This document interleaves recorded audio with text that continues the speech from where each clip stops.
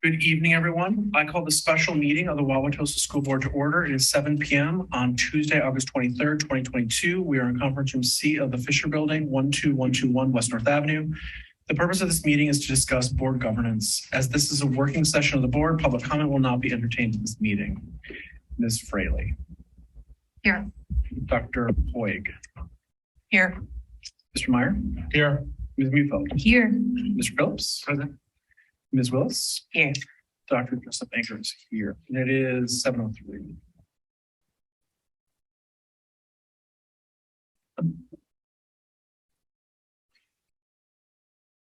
So one of the things that we have discussed and talked about is the importance of our capacity to work together effectively. We go back to, I think, September of 2021. We had some facilitation with Dan Nerad from WSD, who came in and talked about a variety of different things. One of the tools that we discussed was the governance core. And I think while we have two new colleagues who have joined us, and Jessica and Jenny, both of you I know have received copies of that. And I hope folks have had a chance over time to review it.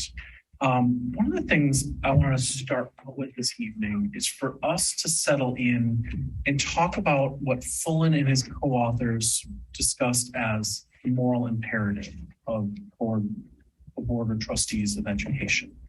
And for us to spend a little bit of time going through a couple different activities that will help us get there. Tonight, there's no one currently in the board meeting this evening. I'm not sure if anyone is watching.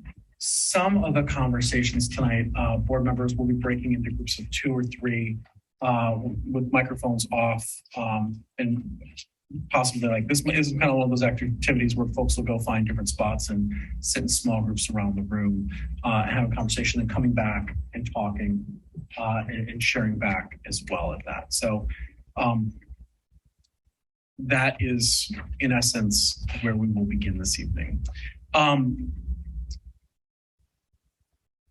So where we will go is talking about, again, the moral imperative, talking a little bit how the mission statement, vision, and our core values that we just passed in our strategic plan and the moral imperative connect in their relationship and how we use those to guide us. And we'll have an activity for that.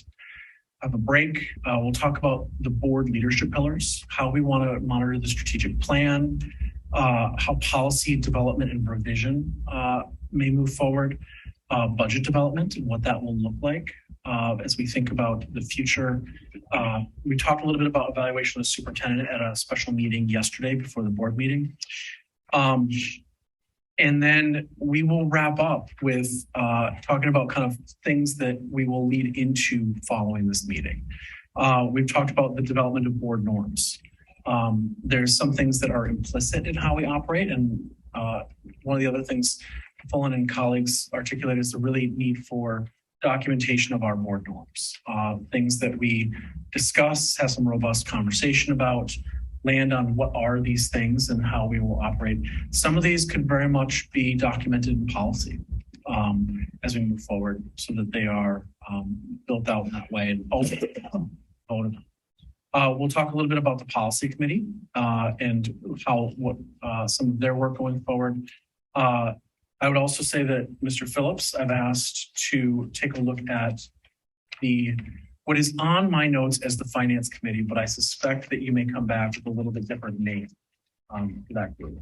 Mr. Phillips is working with Mr. Brightman on a committee that we've talked about in the boardroom several times about finance and operations, or you've used terminology that I'm blanking on. Resources. Finance and resources. Of how that committee might be structured. That will come back ultimately to a board meeting for discussion and consideration as a committee, a standing committee of the board going forward. And then we may also talk about a little bit more about future board and services. We've had a busy August, long meetings, several additional meetings, a couple board developments. And so I don't foresee these being in this month, but we'll talk about what September, October look like and how to move forward with some of the different missions. Ultimately, the goal through all of this is for us to be able to work as effectively together as a team. Sharon, throughout spring, you talked a lot about and called for the importance of a board evaluation. I think that's a component coming out of these conversations we'll talk about. When are good times to do that so that they're built into our annual calendar of what we're doing and what that might look like. There's different tools that we can look at going forward with that as well. So I pause, kind of see if there's any questions. I have two topics, actually. Could we talk about committee structures in general? How they operate? What is agenda setting like? What are the mechanisms? And then also board communication, especially around electronic communication.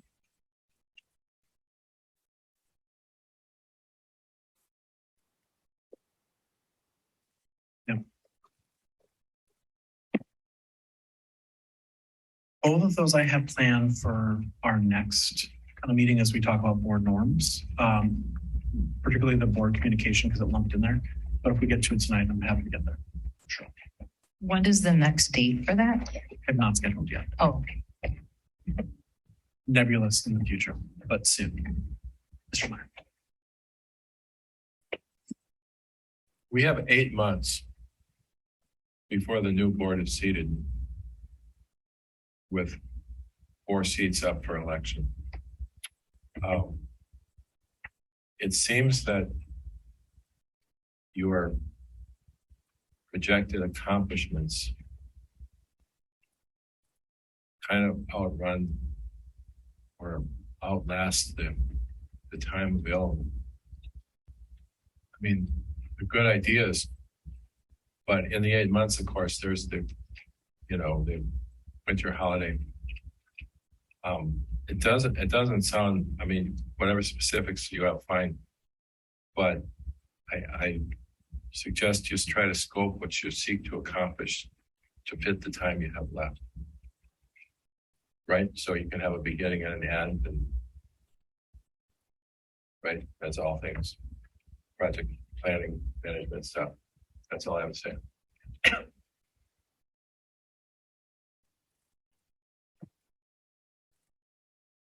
I feel like what we're kind of doing is laying a foundation for the future, though. I don't know that the work is done in 8 months, 9 months. I think we're creating, at least again, if we're following kind of the governance core, we're creating living documents that continue to be part of new board discussions. So as new people are seated, there's opportunities to sit and say, new members of the board, are these board norms that we all as this board agree to? So I think it's, again, it looks like these are things that many high functioning boards have in place. So I would really encourage us to do this work. It's going to be, I think, a lot. I think some of it's going to be a little bit tedious, but I think it's going to all benefit this board and future boards. There's no history of persistence of structure built from one board to the next board. No, that's not to say it wouldn't happen, but just to say that's been the experience, that new personnel in the seats want to do things their way. So if the majority board wants to proceed with all of these things, all well and good. But I would suggest lasting impact would be something you do of substance rather than laying down procedural guidelines for the future. But of course, it's up to the will of the board what you want to accomplish with your time remaining. And what I'm going to say is, let's move forward with the moral imperative conversation. Talking about what we're going to talk about to me is all fine and good, but let's dive in. So there are a variety of quotes. And Dr. Means, do we have this printed by chance? It's in the proposal. Whoa! I like our new portfolios. They're fancy. For our new teachers, we had a few very left official. over. I got my polo on, my little nameplate. Oh, this is fun. So the first activity that we'll be doing is the moral imperative and governance core. And it's, if you kind of look at its process 1 through 5, looks like this. And the first activity is pulled out of the governance core is these 6 quotes. And kind of a, if you know the terminology, a think, pair, share sort of activity, where we'll each choose 2 quotes that resonate with us. Spend a little time talking about writing down which ones they are or making note of it and do a little reflecting on why. And then we'll gather in groups of 2, or I guess we can do groups of 2. But Dr. Means, did you want to participate or did you want to observe? It's up to you. Except Dr. Means participate. It's going to even number. Yeah. We'll do 4 groups of 2. If you want to take we'll do 3 minutes for this individual work. Are you looking at that book? This one. Oh, I left mine at home. In Okay. your portfolio is a copy of the quotes. Oh, He has it on. Oh, The second. so I'm good with this stuff? Okay. All right, thank you.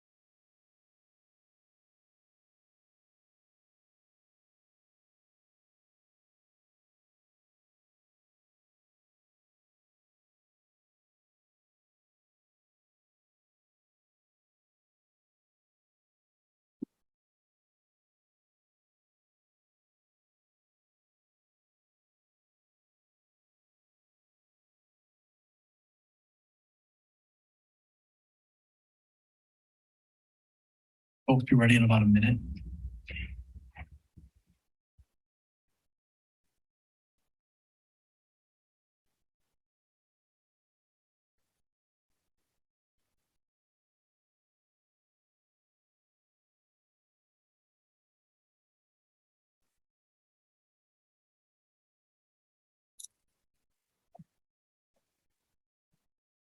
Grab a partner, grab a spot.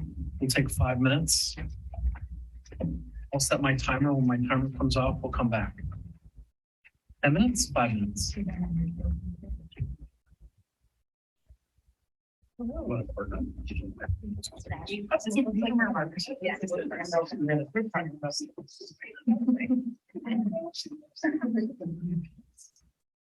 Well, I have these two.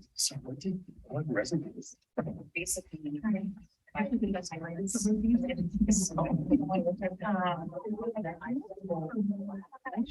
I don't agree with the concept of moral imperative, so my personal premise is hard to get where this needs us to go. I agree with this one, I think. For me, I was trying to. Right. So I think it's like sort of had to do with that as a thing, which to me were sort of these. So I think a lot of just sort of summarizing three in the sentence was sort of short session here. Well, moral imperative is somebody's ideology. It's very high around this. Starting It being an ideology. even though it's. Yes. And I think if it's Actually, in fact, having. Based on we say typical. Changing the next. not- Yes, yes, I feel like that's really. So, Coming back to. and I'll go through well. What is what is Why do you know for many more? At least you're not having us do hopping along a little bit. very comfortable sort of sitting in that. Earlier. Would it make you, would it help if there was even, What's that? Oh, yeah. I would. would it help if, The kids teachers were enforcement. So, I would, Well, I actually was gonna jump to the very end of this section. Oh. If we could go. You know, like if we could. so wherever I see moral imperative, I just, my brain stops. So I try to get around that. For sure. I'm sorry, I'm not gonna be much use to you today. I can, not that I don't want to be. but I've this really is just not- just like. Works, if you say three concepts or ideas. The mindsets around Governance, but, from these quotes. Well, I don't. these are all voted. This idea of working together, I think, has been corrupted. So, moral imperative and higher moral imperatives and buzzwords. And so, but if you start this, maybe you can set a good example. Right now, so this is Yeah. I think, you know, we're gonna just. I remember, you know, you spoke. Gosh, what if this fall? It wasn't this last question we went before. And you were reflecting on the question. It's very right. There's no ability for the board to. That was rhetorical. But it was weird because it was the two of us together and you asked that. Yep. I wanted to know what you thought. And I wanted to know. Well, and I think that goes to When you would send matter. being proactive. But I have no doubt. Or I came to this.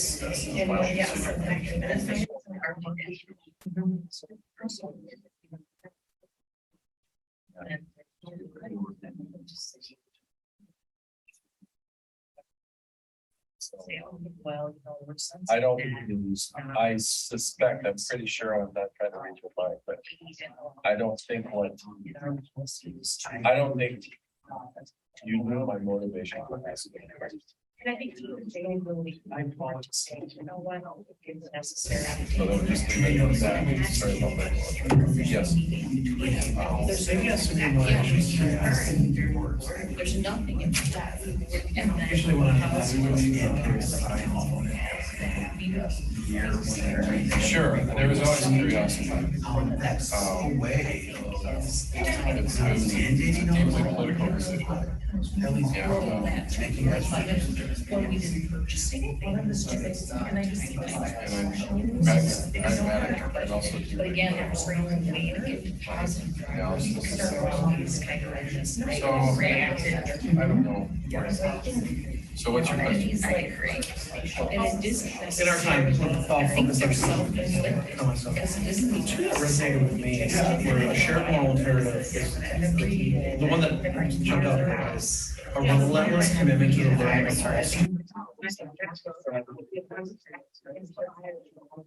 all students. For me, the moral imperative.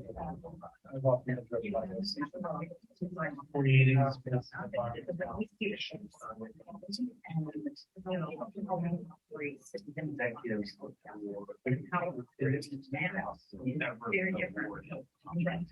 so for me, that's Sure, but then my mind goes, I don't think we need that. So what's the point of saying to it? So, Should be respected. and that's where I get. So, okay, but I hear you, that's a worthy. Certainly, as a. I don't know. Yes. Which one is this? a shared moral imperative.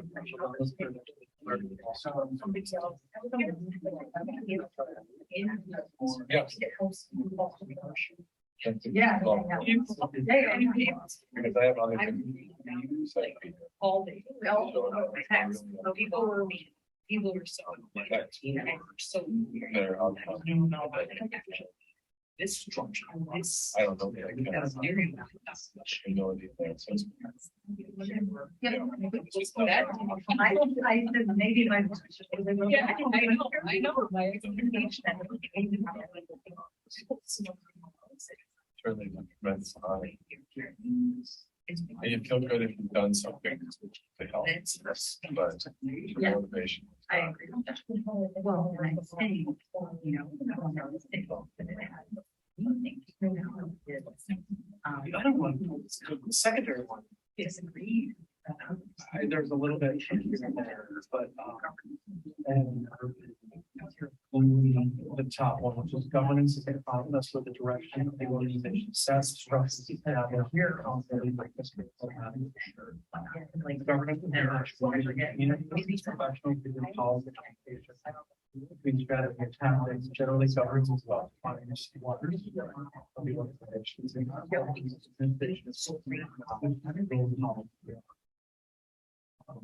It's stuff that resonated with this one.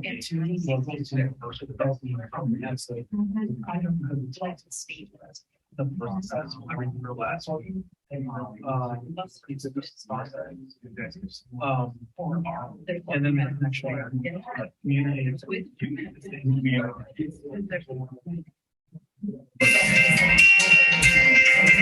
Like, you can't negotiate. and those those two, the driver to what matters. From all imperative is. And then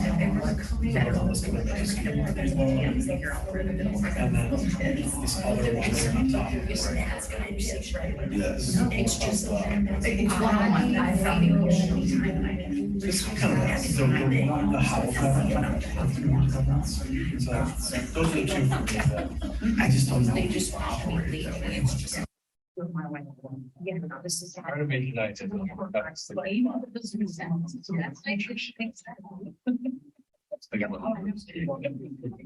Trying to sleep it down. That's what yeah, this is the way right now. It's trying to navigate. So we hit our district. My uptake. I tried to do something productive, intellectual this afternoon. So, okay, I'm trying here, but my mind's just exhausted from the last 24 hours. I don't know how you are. That is supposed to. I I'm like, oh gosh, here I'm another one. Kind of doing the night off. Anyway. So I'm Understood, right, I This know. one got Right, I know, it was the available time. But, oh my gosh, so I'm just not, I had a I'm second. trying to read this and it's like, it just is not sinking in my eyes, you know? Yeah. They were So for me, tired. I think I've always been also I would never use the terminology wrong, but the sense of the education as being so Right, but even just like the number. We try to. creating space for. Yeah. I mean, that's just information. But I think it would be very, hard to change our. I've said my whole career, The way it was done. working in education. We don't hear from them, like, And so versus how do we ensure good governance at the end here? So my problem is, I love it, but my problem is Just like we do with budget. that ideological, I believe ideological objectives And like.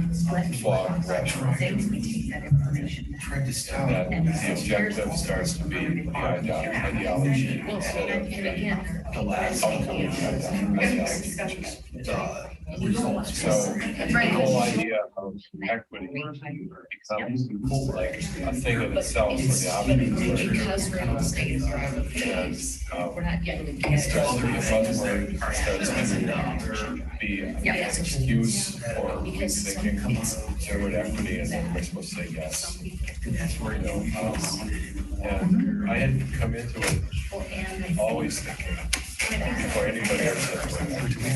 I think. Oh, Forever. I appreciate some people. discuss what you had in common. That's different. I know it's cool. So why did we do the work? Saying negative people ever. Because I just want to line up what do people need. But you see what Now I'm you pick saying? three. I really think it adults are thinking. You're supposed to pick two. It's a three contest that. No, read. It's like two quotes that resonate with you. Yeah, overachiever. Higher work instead of- Janice, don't be at this. I think you're on wrong paper, Dan. But the word person is. This is the wrong paper. Yeah, you're the quote paper. Well, what do they need? Okay, take the overachiever Things back. that are named by those needs. Oh boy, we're supposed to be doing the policy committee. So we congratulate ourselves. Even if we did. Equities, but there's no stuff. Where's the beef? There's no beef. Sandwich. Where's the beef? So that's why I get lost on these statements, because it's like, yeah, you say that, but you don't have the beef and sandwich. But I do Sorry, like that you're vegetarians, adding but insurance. it's not going to buy stuff. It's You not going to be any. guys just, what did you guys think? But you're going to feel real good just watch. One. Okay. I thought it fit nicely with our strategic plan. I feel good. We about both the picked impact. three. I feel good at the impact. I want to bring us back together. What were some of the conversations? I'm curious kind of where folks landed, if there was one that really resonated, if there was any commonalities. Mike and I both picked three, as did Jenny, just talking about this moral imperative, that really centers students. I think, reading the governance course, some of the things that resonated with me, there were often times that it said, consider what the adults are saying, but make sure that your work is focused on the children. And as an educator, that's easy for me to do, right? It comes very naturally that I want to center student voices and student experiences and use that to guide my work. I would add that that was also my primary. And not only to center them, but also to have high expectations. So as you know, one mom shared yesterday, I think the special ed side of me, just having high expectations for all of our students, you know, no matter if they're marginalized, not marginalized, gifted, not gifted, special ed, you know, a community living in Wauwatosa or open enrolled, no matter who they are our child and in our district and under our care. And we have the same high expectations that we have for any of our students. So I think that's part of it for me, that commitment. I'm going to turn over to Sharon Leanne. Well, I think that was our first quote that we aligned with. And then Leanne and I, we had different quotes for our second ones. I like the system thinker quote, not necessarily, you know, like maybe on a federal or state level, but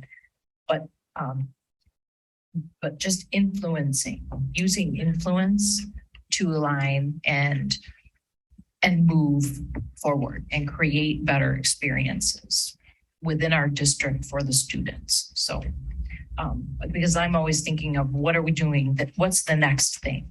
Not in a shiny new next thing, but what is the next, what do we believe will really move the needle and give students much better experiences? And then Leanne had a different quote. I just picked the last sentence on the first quote, just about governance is defining the what and administration is focused on the how. I could have gotten rid of that whole beginning part. But I thought what was interesting is Sharon and I got derailed pretty quickly from the quote activity and moved to the governance drivers on page 8. And we were talking about like negative drivers versus positive drivers and how that can keep you from being able to even get to the higher level of good cohesive governance. And the only thing I will just put out there that I raised as a question, going back to Mr. Meyer's point about that there hasn't been a history of us being able to like stay focused on things given the board changeover. And this isn't a question to be answered, it's just a question that I wondered, is that how much of that has to do with a superintendent persona, in that prior to Dr. Means, we had a long-standing superintendent with his own way of doing things. And my personal, experience thus far has been Dr. Ertl's approach and Dr. Means' approach to governance seem or feel pretty different. And so I do see an opportunity, and that I hope Dr. Means you will be a longstanding superintendent as well, that this is actually a really interesting time to reset regardless of board composition. Anyone else want to share their first, or we've talked, several folks share their top, a couple folks share their second. Anyone else want to share one or the other? My top one was a shared moral imperative, a relentless commitment to the learning of all students, no exceptions. And it was a relentless commitment to learning of all students with no exceptions, which really resonated with me. My secondary one, there was parts of all different ones. I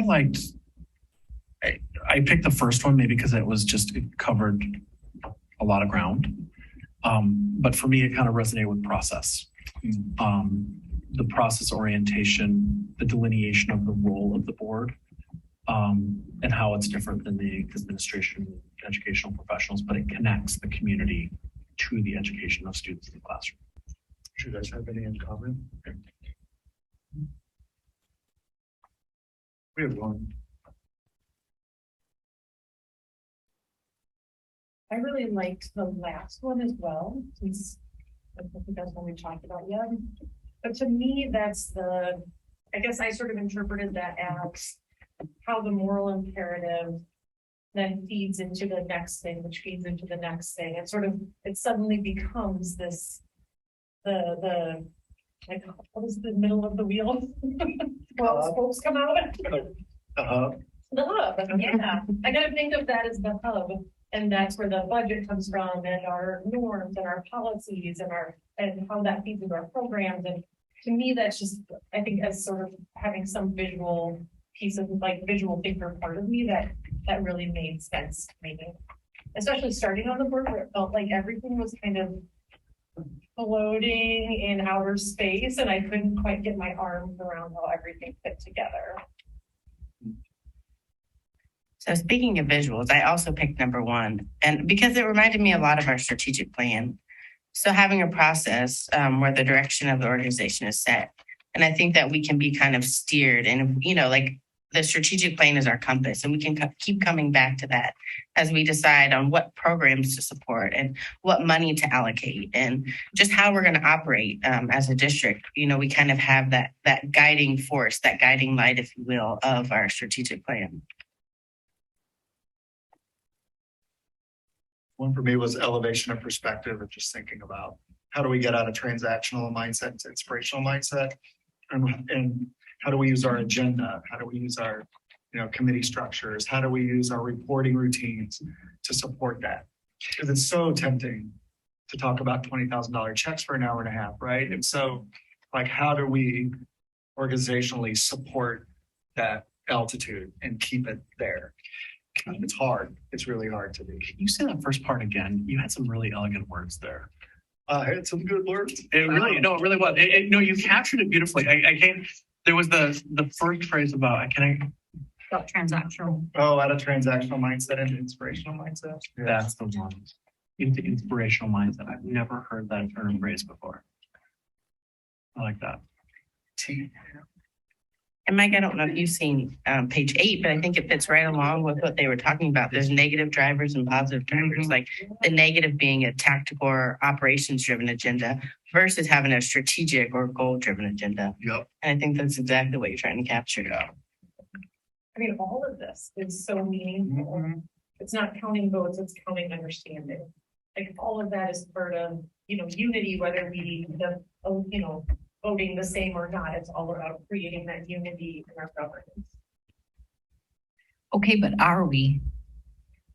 Are we creating that unity? We have opportunity. Are we? That's the question. I think that's up here. Yeah. What do you think? I think no. Sometimes. Yeah. Doesn't always feel very unified or strategic. It's so tempting. It really is to dive down. And Mike and I were talking. I told him what resonated with me with those facilitators is that we have to have that high level view at all times and be operating at that high level. When that woman was talking about that fire coming towards her house and her perspective of it and the way she wanted to respond, but then she saw the news and they had it all taken care of, right? So if we have the right systems in place, we can maintain that high level view and govern from up here and not have to feel like we have to be down in the trenches putting out fires because we have the right people. I'll just say though, if I'm going to totally own where I'm coming from, I am feeling very burned from some previous experiences, feeling like I trusted and didn't do my due diligence to the level that I feel now was necessary so that I can trust. I'm typically I give you trust until you lose it. And I sort of feel like in this situation, I've sort of switched a little to be like, you got to earn my trust. And so I think just speaking for me, part of the challenge with the $20,000 checks is like what I said last night, when we're approving curriculum, I assume that we are approving all the curriculum that we should be approving, that it's not my job to be keeping track of what curriculum should be worked on. But then that happens and we find out 10 years later, it wasn't. And that means even before I was on the board, it wasn't. So I think there's this piece around trusting the folks on the ground enough so that you don't feel like you have to micromanage. And that has been my biggest challenge, is not getting too far in the weeds, because I don't want to assume anymore that things are being considered that are best practice or whatnot. So I think that's. So, Ms. Fraley, the cycle was there before you came on the board for periodic curriculum review. And there were board members who paid attention to it. And it wasn't explicitly identified that this board member, you're the watchdog on this for accountability. And now I'm just making this up as I go here. So just, I have to try not to say anything human resources or anything like that. But there was a group of leadership people in place in the Fisher Building who we had experience with, who did that job of bringing it to us while people on the board were expecting that it would be brought to us. And there was an upheaval and a transition that correlated with your coming on the board, where there was staff turnover in the Fisher Building and board turnover. And the people who took care of it on both ends as their role in the scheme, because different board members have kind of different things they emphasize, because we can't all do everything. And both ends of it transitioned to people who didn't do it, shall I say, the same way, because I'm not supposed to say as well, because I'm not supposed to do it. So, and that different people were in place in the Fisher Building. Well, the oversight component there, as far as whether they're, the old phrase, are the right people on the bus, right, Sharon, those whole, we every couple of years there's one of these books that comes out and we read it, and then we have a new book the next couple of years. But it was a lot of failures, and we need to get back to that culture. So now, if you're going to say this about norms and policies and things, the things I just said, for example, it's not that it was my idea. It's not. It's what was. And maybe that kind of thing should be the things that are memorialized in our bylaws and our policies. Okay, who's the named person on the board who's going to worry about? You have a treasurer with certain responsibilities. Well, we don't have a board member of similar emphasis with respect to curriculum or learn, right? I mean, I never thought of this till this minute, but maybe our bylaw is we designate people. We got to name somebody at the beginning of the year. You're the one who watches. And if the employees are doing their job, that watching is a really easy job. You just show up at the meeting and vote yes on the good work they're doing, which we got used to that. But nobody expected that the employees would be different, that they would behave differently. And certainly we didn't anticipate the board transition was not expected, at least by me. Not that I expected people to be board members for life, but there was a lot of change all at once. And it didn't serve the children well to have so much change all at once, even though it had to be. I want to pull us back to the moral imperative, the thing that's kind of guiding us. And I've heard resonance among several folks of many of us articulating that this sense of a core function of our moral imperative as a board today is this relentless commitment to the learning of all students, no exceptions. I liked Mr. Phillips, can't remember the exact language, shying away from the transactional and towards the inspirational.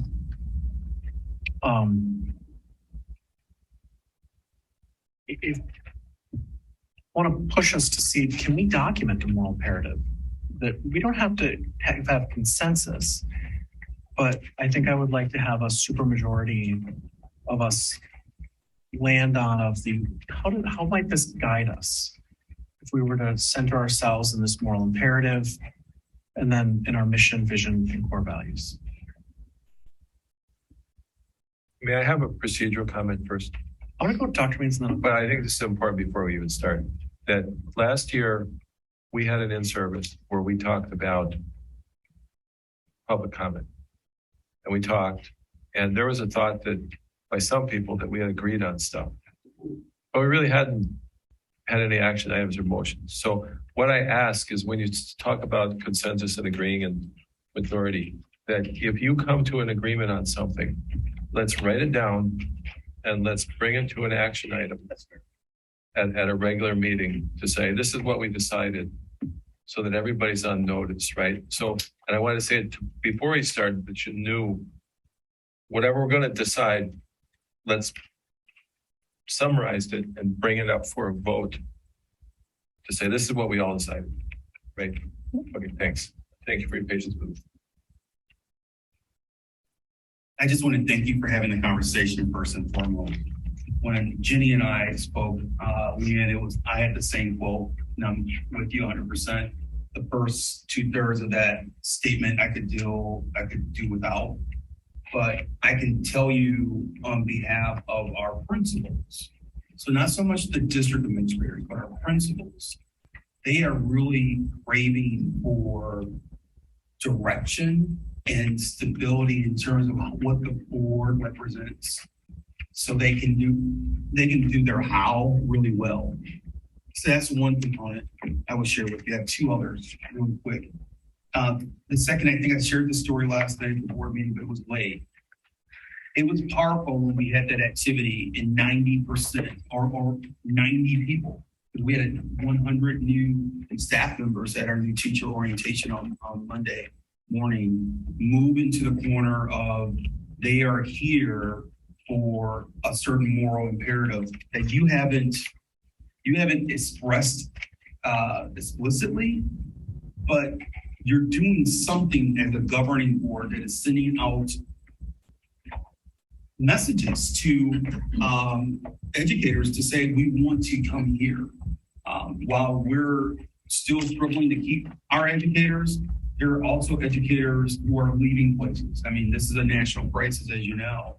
And so to have 100 educators say, we want to be in Waltels, and that's why,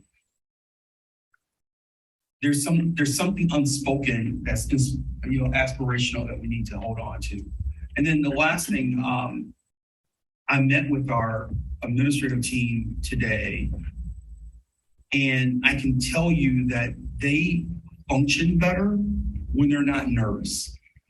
They perform better when they don't feel that there's a watchdog mentality to the work, but there is structure to the work. I think you've seen they'll work hard. They're hard workers and they're conscientious and they're perfectionists.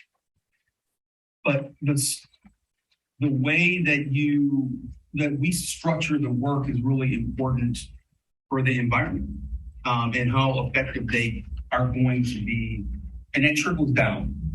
That the work that they do, it was surprising how many staff members that I would have thought they wouldn't have known that we were here late last night. To have those people stop me in the hallway today to say, late meeting last night, huh? A lot of things happened, right? People pay attention and people are watching. And so the relationships, I don't think anyone's asking for chummy relationships, but I think there's nuance between a watchdog mentality versus a strong governance mindset. That's really, on behalf of the team, I feel inclined and I need to express that. I feel like it's we set such an important role in establishing the culture. And is the culture mistrust? Is the culture watch your back? Or is it collaborative? And I really do feel like I can feel it. You can feel the administrators, you can see the administrators when certain things come up and there's faces fall and bodies stiffen. And so I have no doubt that what we do here absolutely matters and trickles down throughout and eventually gets to the students. It does. Question, please. I can't reconcile what Mrs. Fraley said about trust but verify with what you just said, well said. And I know that the constituents that I talk to want a watchdog. And they don't mean a snarling, vicious watchdog, but they mean somebody watching over things. And I suggest that things are better now because the employees we have are doing their jobs better. But do you think that's because of how the board functions? Because you're watching over their shoulder? I would argue that it's because we have leadership in Dr. Means, who's established a culture without us.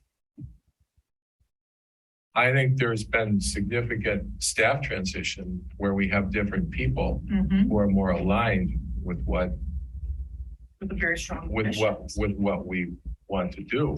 And there was non-alignment before. And that was what was the problem. And we were over here trusting, and people doing the work weren't aligned. And the board hadn't specified, and I keep thinking about this, we have a finance committee. We don't have a curriculum board member, right? We don't have a disabilities board. We don't have somebody who's supposed to be that liaison to break the ice to say, you know, there's these things we're going to have to talk about, and you're going to need to tell the board. And I remember back like 7, 8, 9 years ago when we had an extraordinarily strong watchdog personality on the board, far tougher than anything you've seen in the past 5 years. And a teacher prepared a long presentation and went before the board and told me afterwards, you know, it's not so hard before the board to go before the board. You just have to be prepared. And then you're fine. And so we need to reconcile this. That's what true, you're but I also saying. don't want people Right. to sit in front of us shaking. No, in and I didn't, fear. and we didn't want that either. Sharon and I didn't want that a few years ago when we had this like inquisition mentality. Yeah. And we don't have that. I mean, you know, heard me on the strategic plan document. I didn't want to doodle around with, you know, moving 1.7 to 1.5. I mean, it's like, you know, that about it. Okay. And some amendments, sure. But it's like I wanted to respect what was there. So I think and this goes to the sharing, the working together decision. There's a perspective, I got burned. There's perspective, well, you know, we have to be whole, peace, and love and happy, which isn't fair to what you said. I apologize. Okay. But there's somewhere does seem that's to be a sensible, that's from my era, right? That there's a sensible place in there. And we need to figure that out. Like, right? Like, how do we get that? And it would seem that to me, where accountability, where I've felt that the board has gotten sucked into the mud, is we have not focused on accountability of the outcome of the inspirational agenda. Where are we going and how are we getting there? And Dr. Means and the team are responsible for the how. We're responsible for the what. So a key thing that we just accomplished, major accomplishment, is the strategic plan. That's a major hurdle that we have passed. And I think where I would like to, and I will say, I've never had anybody encourage me to be a watchdog. Like I think people bristle at that terminology.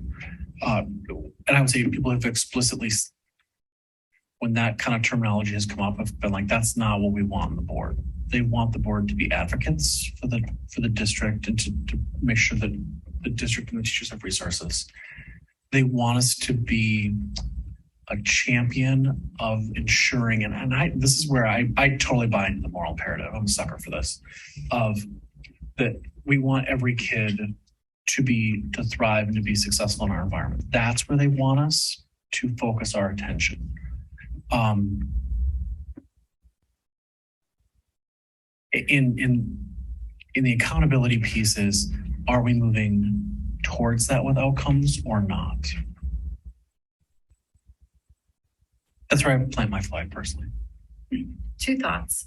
One is, it's very easy for me to move to an oversight versus a micromanagement when I know there's clear expectations. Like everything we know about success of people is that, have they been given clear expectations? Have they been told how they're performing, where they need to improve, what the support is that they can expect?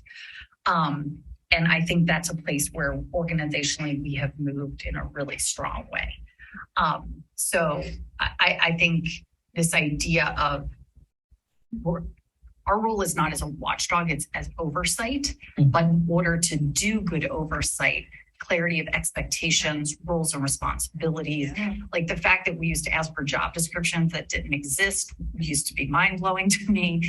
So I think, as Dr. Means has sort of shown us over the last year, so much of what you have put in place from my perspective, from an organizational development, lens, was very foundational, was stuff that, was surprising that it wasn't in place.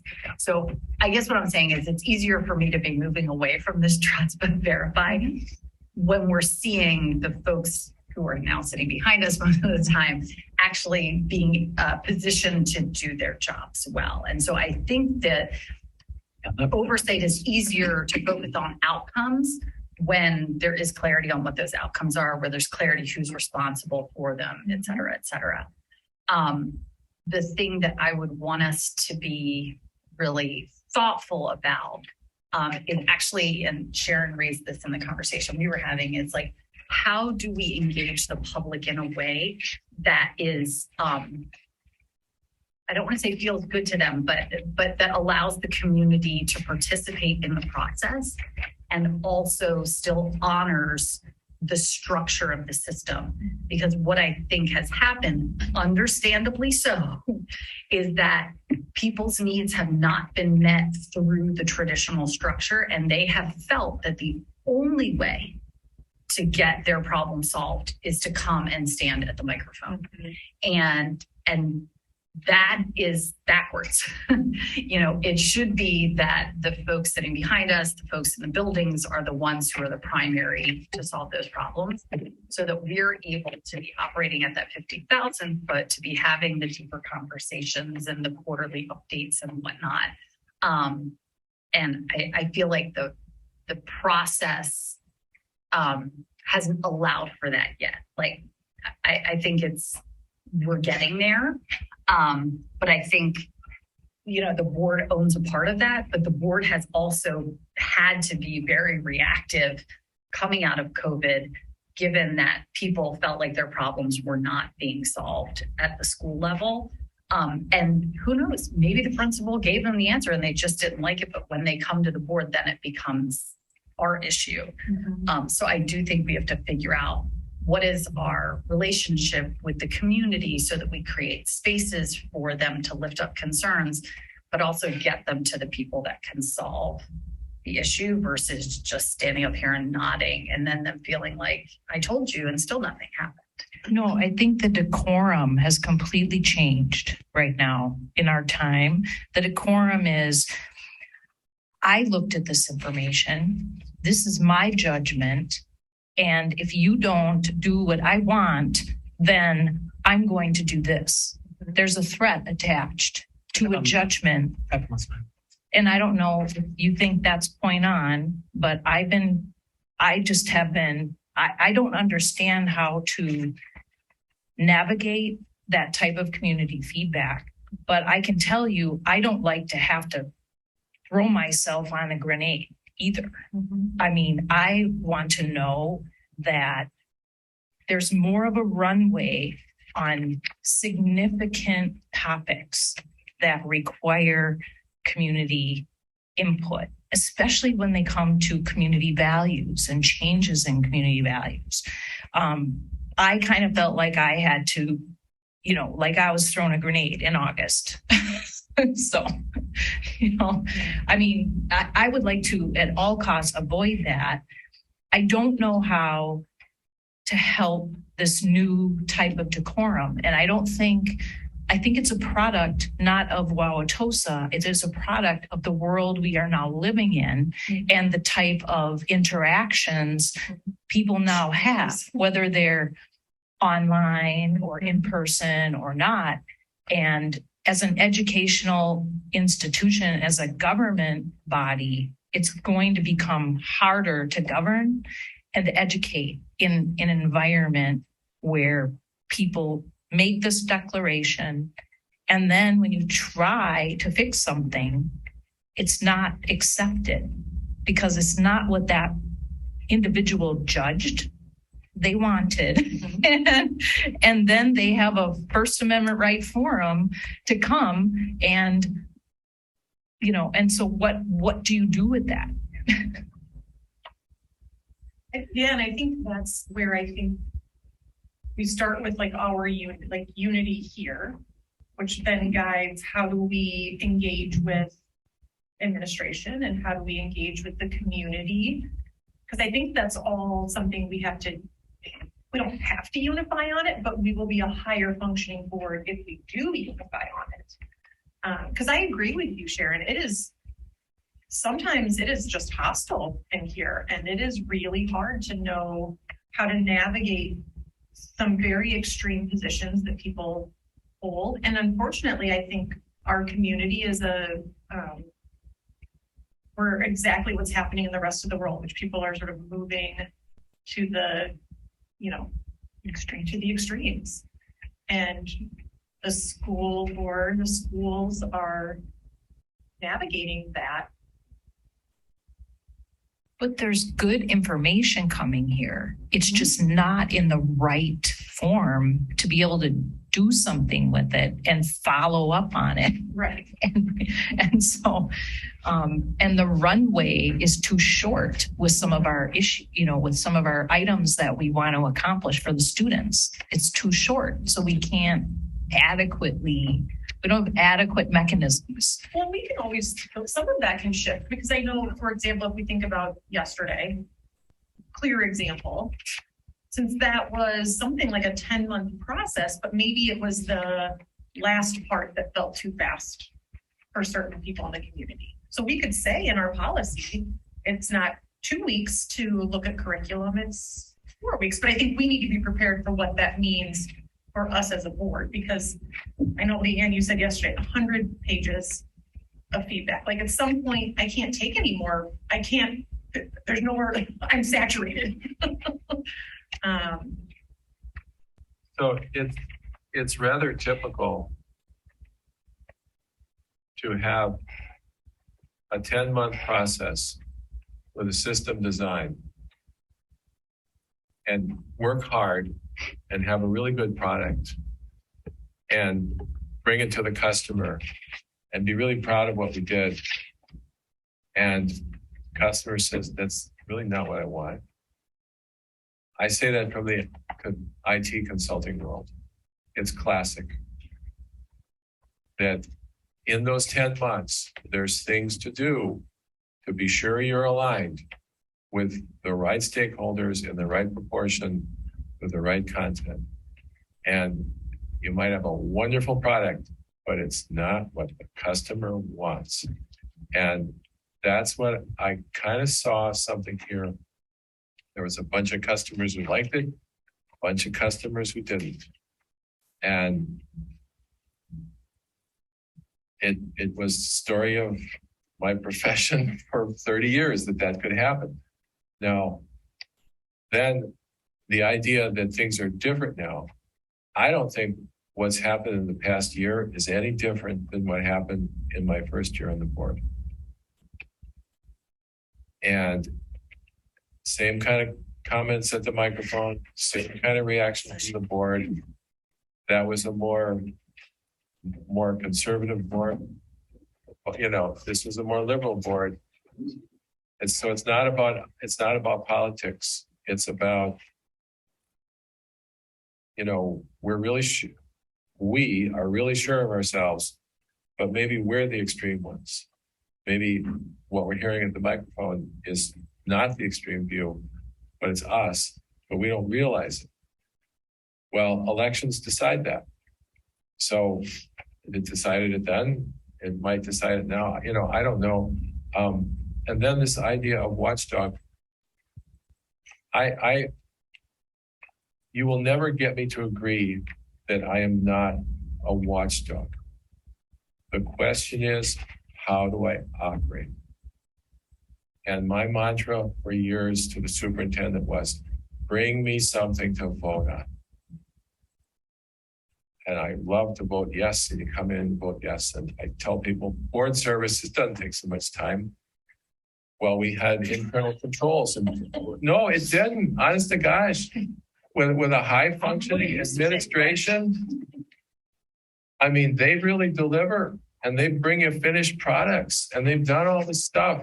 And yeah, you can spend a lot of time on it. Maybe you should, but the quality is so high that it's just, you know, now, but we saw what happened. Now, why somebody says we have to start to trust but verify. So, I mean, there's watchdogs, there's guard dogs, and guard dogs fight, watchdogs just bark. And so, you know, I don't want to have to be microscoping things, but we got burned on some things. Like, you know, we had a legal opinion on conflict of interest. And I get told by the superintendent, we have a legal opinion. We're okay. All right. I trust you. I've got 10 years experience with you. Your assessment of it, I believe it.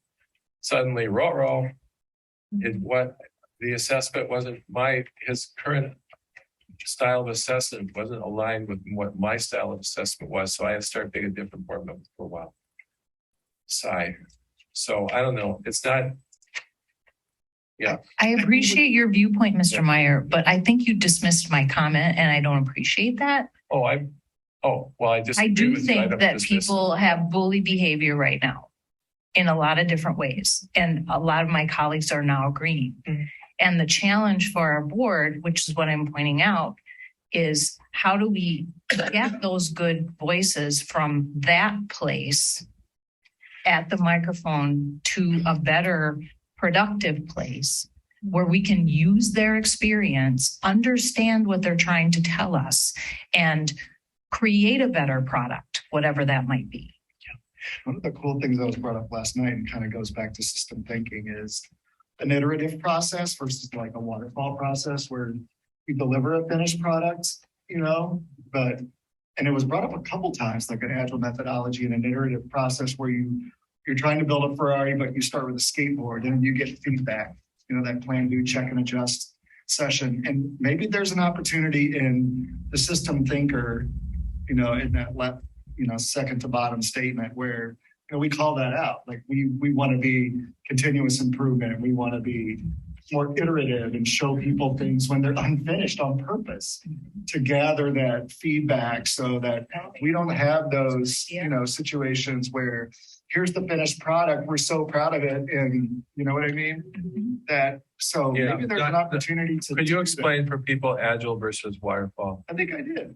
So agile. Well, you did, but they maybe didn't know you did. There are two methodologies, two styles, right? Yes. I don't want to steal your thunder, so please repeat it. And then. Did everybody get it? Yeah, we got it. Yeah, okay, but I'm not sure the listeners will. There's only one. Okay, well, this is honestly right. But even people going back, I think what he's saying to review this. Yeah. I mean, I think it is important because it was brought up multiple times last night. And it's a different view of failure. It's a different view of you're trying to bring out the mistakes in the skateboard, right? So that you don't have those follow through to the Ferrari, right? To where you get to the final product and that you're iterating the entire time, trying to showcase the holes in the things so that they get filled, you know, and fixed along the way. So as part of system thinkers, if that's something that can fit in there. I think it's a great thing to model too for our students. Like this is how innovation works in the world. Mhm. Because there are teachers that actually do this too in their classrooms. And I think the results they get with kids. It brings people together working on a common problem or common solution. And Well, and So I I think really- kids' outcomes are also better. Can I just make 2 comments? yeah, I love that. I think administratively, we would benefit greatly if the board and administration could come together and identify what's a skateboard. yeah. You know, so what are the items that will be a skateboard ahead of time? Yeah, so yeah, that yeah. Everyone knows Right. that we're going to do this together. And there's certain things just in running a school system That we that can do. you have to build. Yeah. And that goes with the board, it goes with the administration. So everything, the best principals I've worked with are the ones who will say to their staff, this is my decision. Yep. Here's the decision that we share together. And this is your decision. And I think clarifying that, I mean, I think that goes back to Sharon's point. Right now, there's not a lot of clarity. And so people are coming to the microphone angry about a lot of things. Right. So that's the first clarification point. The second is, and Leanne and I have talked about this, and I heard it's a great comment. The trust of Verify has really become a stain for the current administrative team. Right. So I get it. I understand that. And I embrace what you want and will work with the team. But when it is cited at the board table, the casual observer of the school district in governance, which is most people, you know, we have to remember we're in this bubble. Most people are living their lives and it's just August 23rd for them. So the casual observer, they're going to listen to that and they're going to hear it in August of 2022 and say, oh, I wonder what Means did. I wonder what Marvel did. So now you guys have the context and the history of things. And I would just ask that we consider that as we continue to use that phraseology, because I think people they're mixing it up and it's becoming a burden for our current team. And I feel as somebody who wasn't here for all of that, I feel differently because I didn't get burned in the same way that you all did. And so I do feel like it's like, you know, everything I've seen has been great so far. And so I feel I'm approaching things differently. So it is starting in different places then. Okay, then I'm going to suggest that for the policy committee, maybe, that when the Verify is the final big meeting of the full board with the cameras rolling and all the people in the gallery and all the people online, that's that big bang, one fell swoop, whatever you want to say, thumbs up, thumbs down, like the Roman, whatever, judging the, you know, even like theatrical plays, by the way, it was thumbs up, thumbs down, you die or you live. It really was. Theater history, interesting. But if we have these board specialists and they meet with these subgroups, like before the big meeting, and we have the bylaws that say, this is what you're supposed to look for. And then that designated board member or members sit with them in a more administrative environment and decide, okay, this is looking good, right? And then you come to the full meeting, which we're supposed to do, good thing. And that designated board member says, yes, I reviewed this with them. And we being the board member and them are in, you know, alignment that we think we're okay. This is where, right? Then it's the board is owning that verified step too. A board member has their neck out there, right? I'm making this up as I go because what you're saying is triggering me to think. Yeah. But then we have to also trust our board member. Well, I sure, think we, sure. You know, like we have to trust each other. Well, we have It sounds like the process that right? Leanne just Right, we have a treasurer, we have participated in. two policy committee members. We could designate, right, for curriculum, have a Leanne type person. Sorry, you're the smart one on this stuff. With a curriculum, you know, Sharon with safety. I mean, I think that's what Ms. Munfeld's been asking for. Yeah. I hope you're able to get to the conversation tonight. So what is your structure? Because I think what Sharon's been asking is, how do we get to that point? Well, I like the hiring process you developed. You know, we could agree to disagree with that maybe, but it involves the board at a certain stage before we actually go to the approval process. So we can see some of the work product and understand, you know, now again, there's different topics, there's different strategies we might use for different topics, but it could be one model. So does the idea of instead of a person doing it, so that may be one thing during the pandemic that did seem to go better is when we had an in-service before a major decision point, where it was a deep dive into something. Now, what I would say, what I worried that we did too often, and I think it led us to some degree to where we are today, is the board became involved in the how and not in the what. And I think we have to be really cognizant of staying out of the how. And even yesterday, I felt being sucked into the how to some degree. Well, so I'll just give you an example in terms of the committee that I wouldn't have articulated more broadly because I think it only would have gotten people riled up. The external committee did not develop any of those lessons. The external committee's job was to come up with a position statement that captured basically what we wanted to hold all of the standards against, to say, does this standard meet this organizational district position statement? Mm-hmm. And to figure out at what level did we think that should happen. It was the internal committee of educators, as it should be, to decide. And they came back, and for some of them, they're like, this is too early. This is too late. Actually, we think you could bring this down because this is like a natural, it'll connect to X, Y, and Z in third grade curriculum, or when we're teaching the human body in fourth grade or whatever. And so the lessons themselves, the committee, that's the how. That was majoritively taken care of by educators and by curriculum. But we did vet curriculum. We came up with a rubric. We came up with the things we thought were important around transparency. We did not choose any curriculum that the district would have had to have paid to make available to parents. So there was all these things throughout the process that were built in that kept the what at the high level and the how was actually happening at the district level.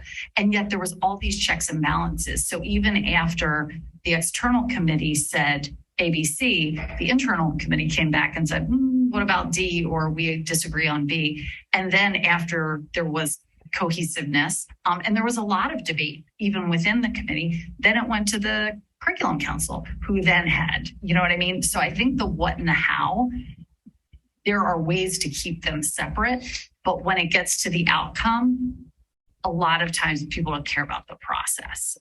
So I think there is some benefit to what you're saying, Ms. Bienfeld, around like identifying the topics that we think are going to need a little bit more runway, perhaps. And are there ways to, keep people more informed on the process along the way? But I think I could have even done a better job of communicating to you all throughout the process, like, here's where we are.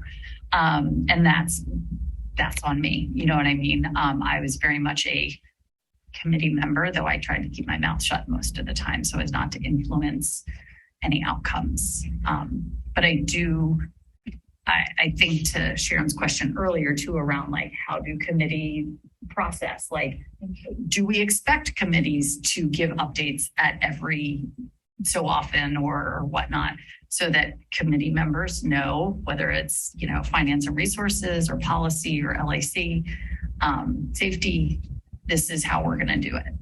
Because I think we've been very ad hoc. I mean, one thing we could really act upon is our actual functioning process, noticing meetings, how we meet. I think what policies we're using when we do something. I mean, the mechanics, I think we just got to knock down that kind of thing. Like, whose responsibility is it to notice the meeting? I don't know, because that's an important thing we have to make sure we do. and what's the agenda for the meeting, and how, some of these just procedural things, if we could get that flowing like at 100%, I think that would really help us out. I think, Leanne, I do think if we had, because you're describing that iterative process exactly, right? Yeah. Like that is exactly what. So many meetings. Can't even tell you how many meetings. Yeah. Well, and I think if I understand correctly, the external committee represents our community.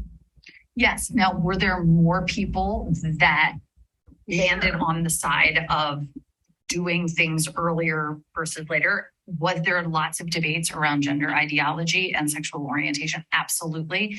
But how the community was selected actually totally met the state statute. Like, I don't think we knew when people walked into the room necessarily what they were bringing in.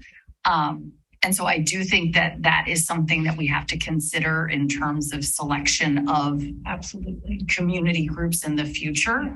But if we do all that well, then we as a board can rest in the process. I don't mean rest, I mean like sort of lean into the process to say, community, I know you're very upset. And maybe that's some of the failure of keeping the community updated, but we should be able to lean into that process to say the process was good. Process was our community, because we're never going to get consensus. To a lot of people's points, something that I've seen that's very effective is reporting out. So, if you're doing big work like on human growth and development, once a month, you at a board meeting, not every board meeting, but maybe once a month, report out, this is the status of the HGD curriculum committee. The same with policy. We're not going to report out every little thing that we're doing, but update the board and the public on what's going on, so they don't feel like it's just, you get one notification in October that this is happening, you hear nothing for 10 more months, and all of a sudden here it is, and now there's 2 weeks to provide feedback. It wasn't a feel like, that was how it was, right? Which is why we're saying this iterative thing, And I think, but with board meetings, I think There was more. There was quite a There's bit more. definitely Like as a parent Right, in the but- district, I'm seeing it all the time. So But I think there could be more, but it doesn't Yes. feel like more. And I think if we have public meetings where we're addressing these things, even if it's just a quick 3 to 5 minute update, this is what this committee's working on. These are the updates I'm going to bring you. Not only does the board get abreast and feel like they're part of the process, but so does the community, because they have time to weigh in, whether it's sending us emails and then we don't get flooded with, 5 dozen emails within 72 hours, but we have a time to really take a deeper dive into what people are saying. So to your point, Ms. Willis, it's getting better, but I'm very uncomfortable right now, because I would prefer, ideally, we should have been able to provide to you a list of agenda items in July that you can predict and know is going to happen in April. That should be the case. Our team, the feedback they're giving me is that Damon, my number one strength, by the way, was context. So I keep asking for history, and they keep, the feedback they're giving me is, come on, there isn't any paper trail. There isn't any paper trail that says this is what you do in Wauwatosa on this month. It was always reactionary. And so I keep trying to bring down the level of anxiousness among the team, because I'm pushing them to say the board needs this agenda so we can all do our work better. If I knew what was going to be on Mr. Brightman's agenda in April, I could then sit down with Ms. Petita to say, okay, let's start talking about communication now. So when it's time to talk about the budget, it's not, here's the budget in April, but we can plan for it in December. That allows everyone to be better. That allows you to be better in terms of your governance status. It allows the community to receive the information in a timely fashion, and it allows us to do our due diligence. So when we present it to you, it's in a good state. I think in a year from now, we're going to be in a much better position. It's uncomfortable again, and I'll conclude by saying I hate giving you these agenda items by the quarter, but that's as far ahead as they can think and see right now. Well, would you consider when we were in COVID, the medical panel, was that an iterative process? Was that what we tried? Kind of, not really. I don't think. I wouldn't say that was iterative. I think it was a group of people who read through evidence and told you what the evidence was, and then you decided what you wanted to do with it.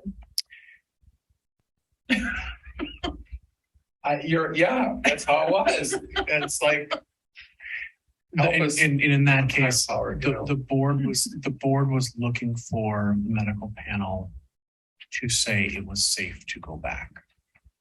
And the board in the medical panel was never going to say, So it was not right. because that's a misunderstanding Okay. of what do physicians do and what do you do. and I think it really was. And so I remember trying to keep reframing.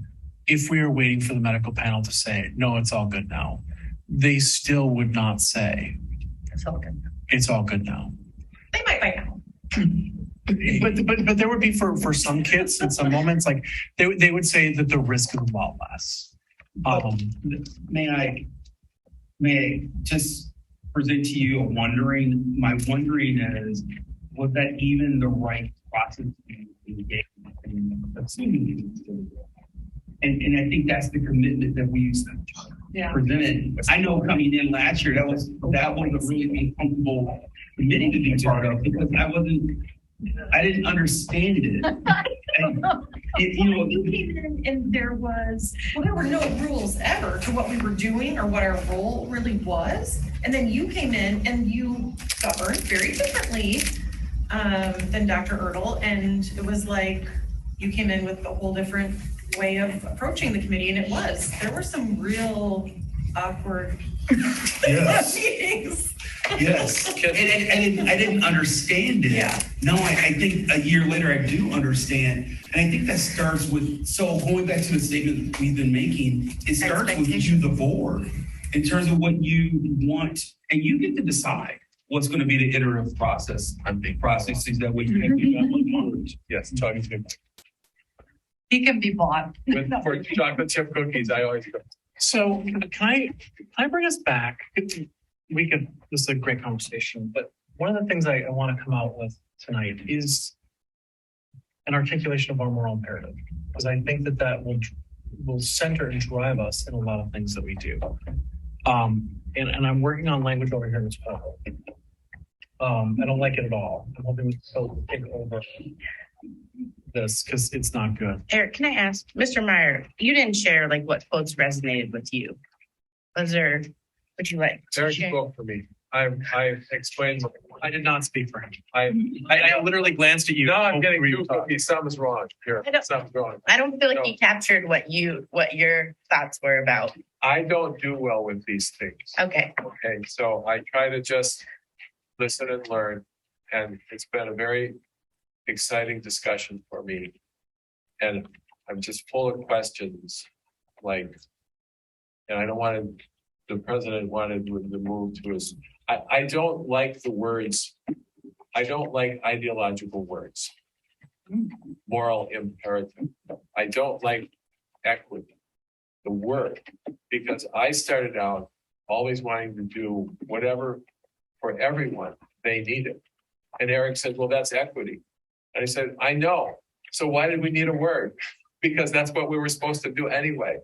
And I think those words like moral take us to a foggy thinking zone, where if the word's there, we say yes. And I'm like, yeah, but what are we specifically, do? Does the student of color feel like they belong? Yes or no? Well, that's No. like a qualitative. Excuse me, you push back on me before, I'm gonna push back on you. Okay? But I want to ask, when the bus went to the state tournament, did the student of color have as much chance to go as everybody else? I'm always at that level, right? And that's my verified, that's my watchdog. I'm there. And so it's hard for me to participate with these things because my mind never goes to that level. I'm trying, but I mean, I think the point of it is to provide clarity, not fogginess, right? Because when you can name it and when you can set intention around it, then you have something to guide you. And I think that's what Eric is trying to get to. And sometimes it takes naming it. Because if not, it feels foggy for other people. just to say, I worked in shipping. The customer experience was fine. Serve the customer, whatever. I was all about, did the right thing get on the right truck in the right quantity in good condition, and did the truck leave on time? And with the right postage stamp on, that's where I work. And that's how I have a hard time getting to these other things. So there we go. That's Good insight. But that, such a good example, Mike, because you know what, the first thing was that crossed my mind as you said, I work for the customer, is who is our customer? Students.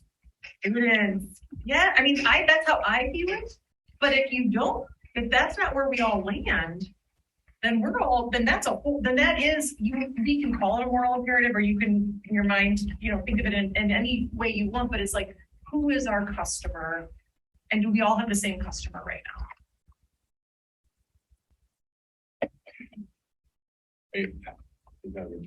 No, that was a real, I mean, maybe it's rhetorical, but also I would love, for me, it is students. So that's where for me, the reading the governance core, thinking for myself, what is my moral imperative, and coming back to it is doing what is best for student learning and outcomes. For me, that's a great starting place, but if I'm in a different place than everybody else, it's not gonna work.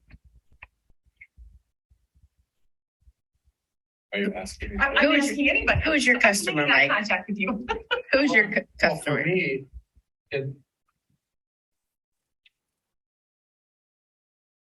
for me, I go back to this and I'm serious. We hold a piece of the sovereign. My customer is the people. And we are a public school district. So I serve the community. I have a duty to the taxpayer whose money we take. I have a duty to the citizens. And that is all in the name of educating young people to prepare them for life. And so, yeah, I'm a customer. If I'm an attorney, if I'm a guardian ad litem attorney, somebody pays my bill. I serve the law, the rules of the court and the state. But my ward is the child, the best interest of the child. So I have a lot of things going on, and I answer to them all. And so that now my concern is that our customer becomes an ideology. And because I'm more pragmatist than, it's just me. I explained about my life, my world. Did the truck leave on time? The truck didn't leave on time. That's the end of my life. So, yeah. Well, can I ask a question? A clarifying question. Is ideology creating the experience? So maybe you don't like the word that we're using, but creating the experience, the same, as many of the same experiences, great experiences for every child. And that word is called equity. Is that something you're in agreement with or disagreement with? I want to do, what every child needs. I think that word has taken on a meaning for a bunch of people that I think underserves the people it's trying to help. We can have an equity coordinator, but we don't have an African American history class. So I want to see an African American history class. Some people say we're happy if we have an equity coordinator. See, that's where I am. My African American history class, there's equities nowhere in the word for that class. But I think there's things around the African American history class, right? We can't just stick any old person in there to teach African American history. I mean, I get what you're saying, and I've seen that done, but I don't know if you, I don't know. Well, right now, we don't have the class at all. Sure. There's a first threshold step. But I think there's steps that we need to take to get there to do with fidelity and be very intentional about it. And I think part of that first step is recognizing the opportunities that we have, and then putting the right people in place to get us to where we want to be.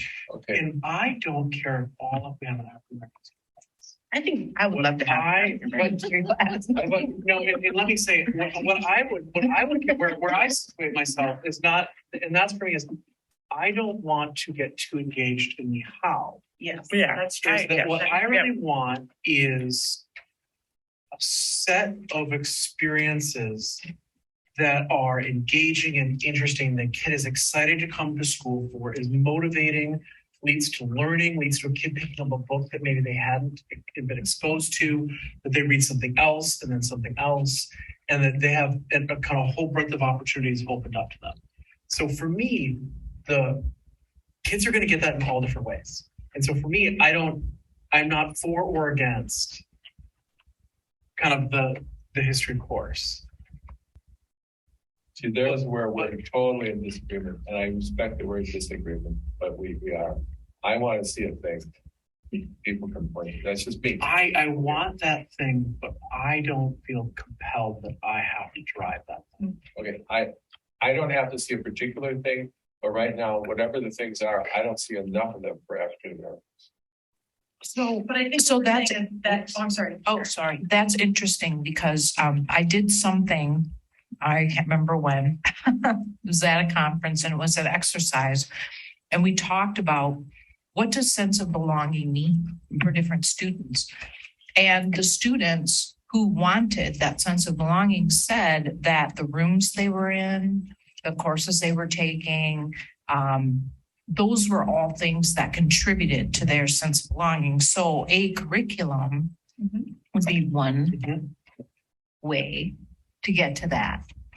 Seeing people that reflect them and And we structured the strategic plan to meet everyone's needs around this table.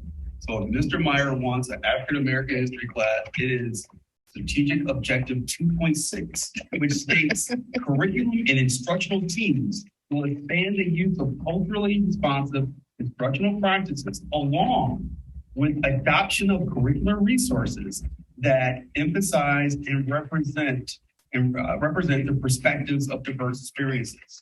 So what we tried to do with the strategic plan is to create it where if you're a board member and it's 2 years down the road and you don't see anything on the agenda that hits 2.6, you should evaluate the superintendent to say, why haven't I seen anything with 2.6?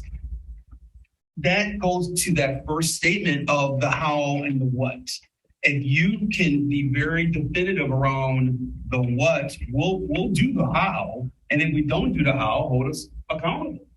That will make us all more productive if that happens. And I think even maybe to Mr. Meyer's point, having board members involved in the process via committees, whether it's the finance and resources, right? So Mike can kind of check, okay, are we using vendors that represent what we value? Are we using vendors that give our students experience? Whether it's a special ed committee like you're proposing, having a board member attached to that as a liaison, like to have that kind of check and balances, and that we can report back. Like we don't have to understand the whole process, but that we can report back to the community, to the board, and say, this is the work that we're doing around that, all being driven by our strategic plan.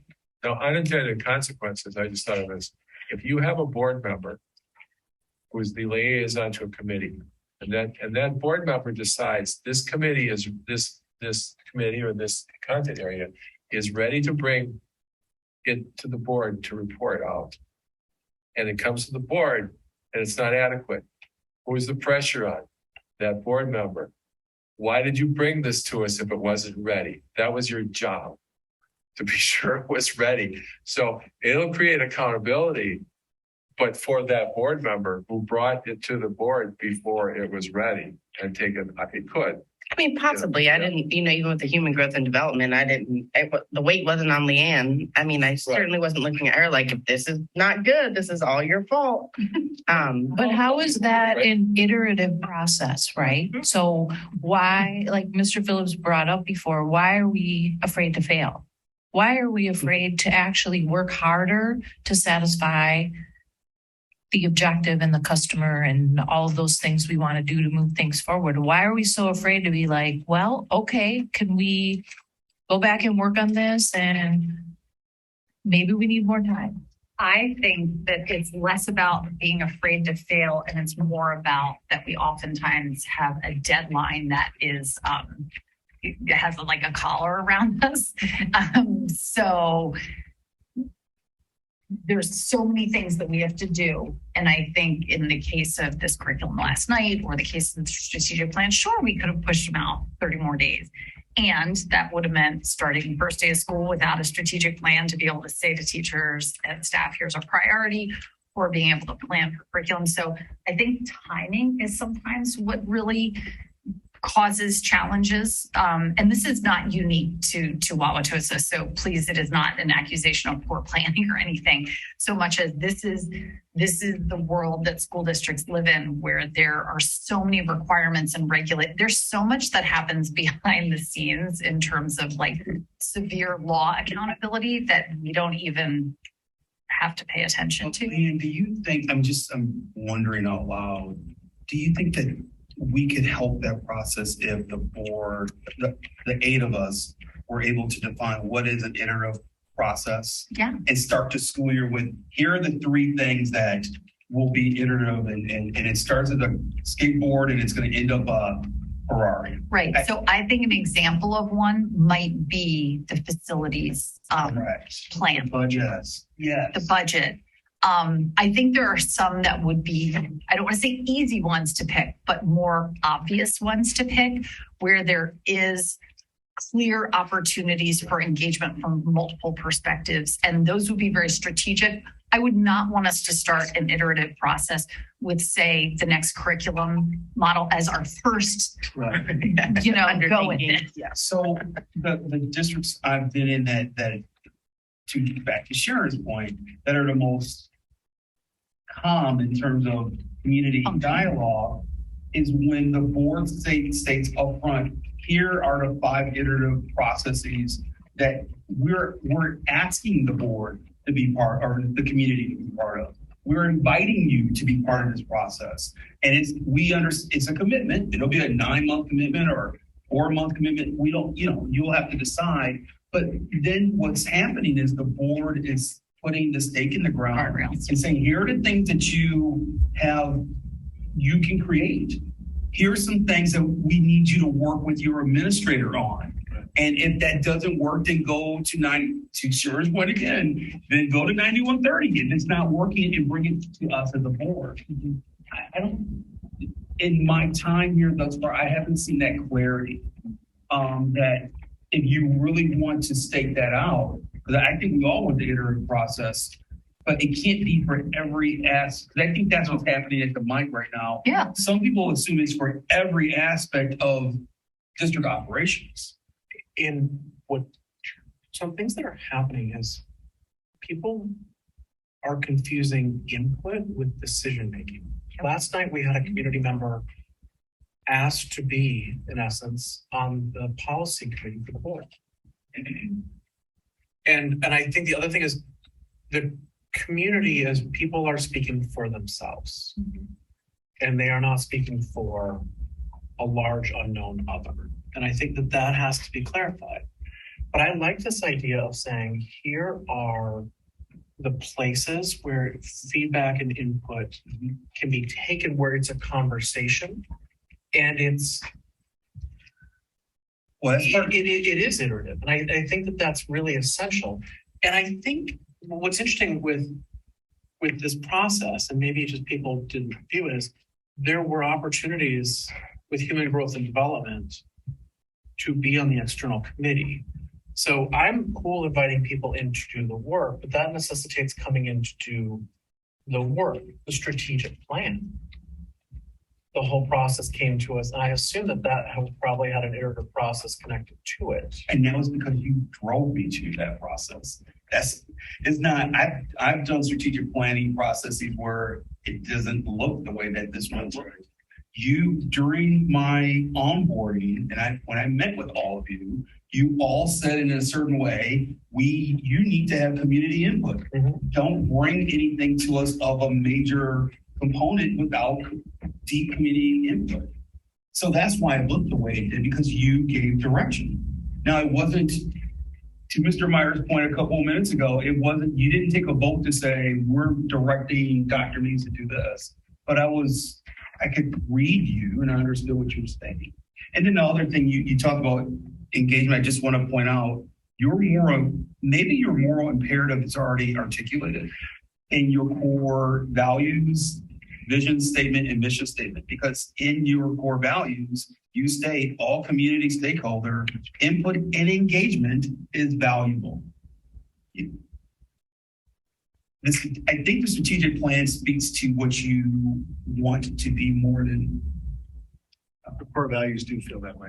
Yeah. But there's a perception there that it is or it isn't, because in a lot of cases, someone at the microphone is declared an expert on some topic, but only representing themselves. And we haven't heard from a greater on the other side.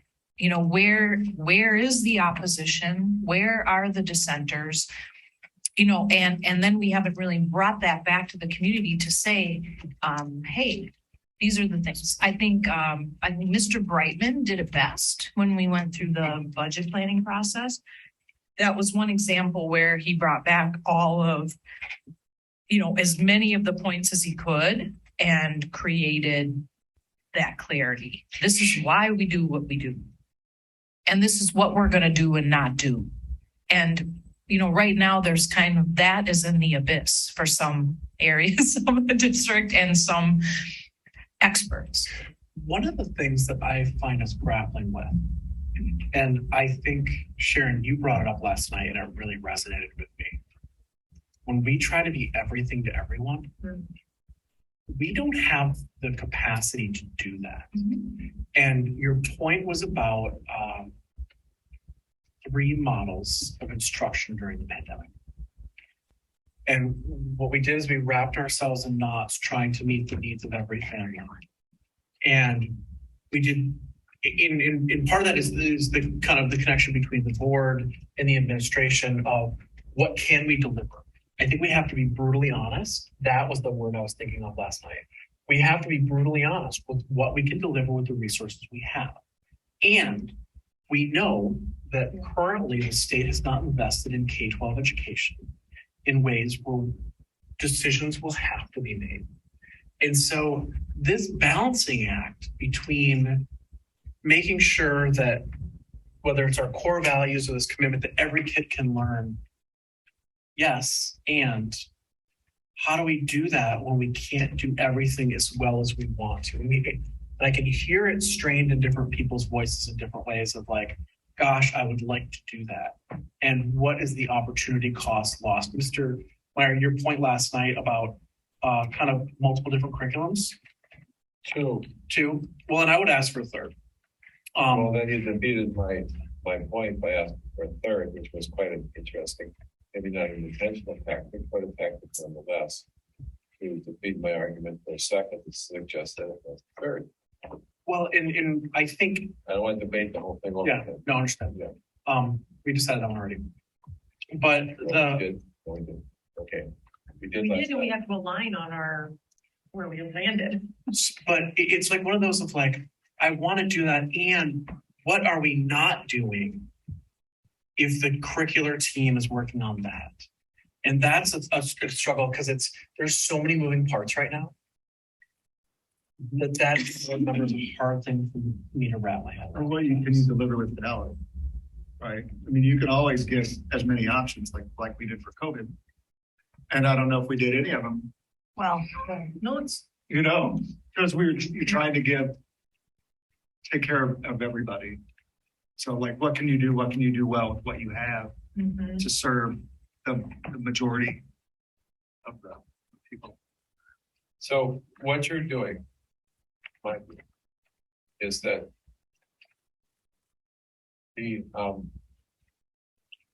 there's always in disputes a struggle to define reality. What's the reality? What's the truth? What's the right way? Who's being unreasonable and who's being arrogant or, self-minded or whatever, closed-minded. And the longer a board is together, the more, well, actually, it could go the other way too, I suppose, but the more self-assured we are that we're right and that they're wrong. And well, the only way to decide that, if they and us we each hold their respective positions, is, well, what if what is being done is illegal and we're convinced we're right and we think they're bullying at the microphone, but they've actually identified an illegality.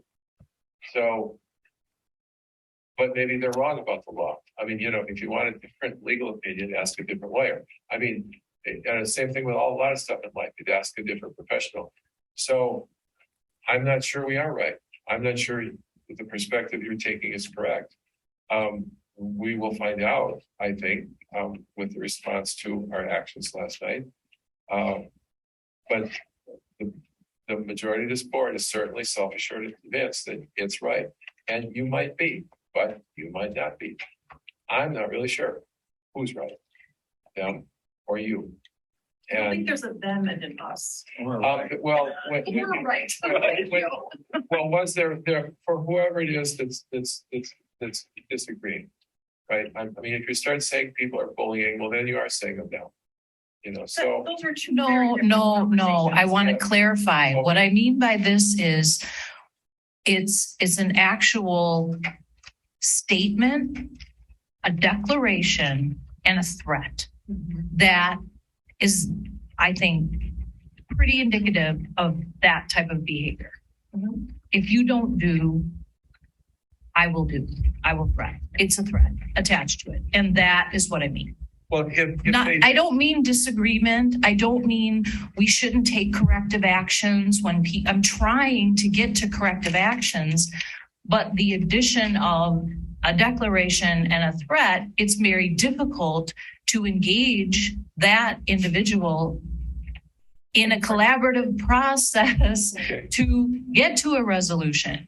If people believe our board action is unlawful and we won't change the action and they believe the action is unlawful, their only recourse is a legal action.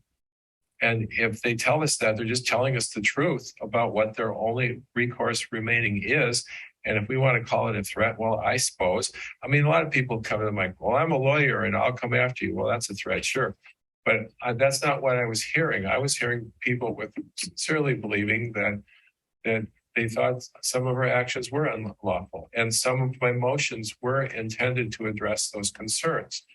And so, yeah, so, I mean, at some point, like I said, somebody says what you're doing is unlawful.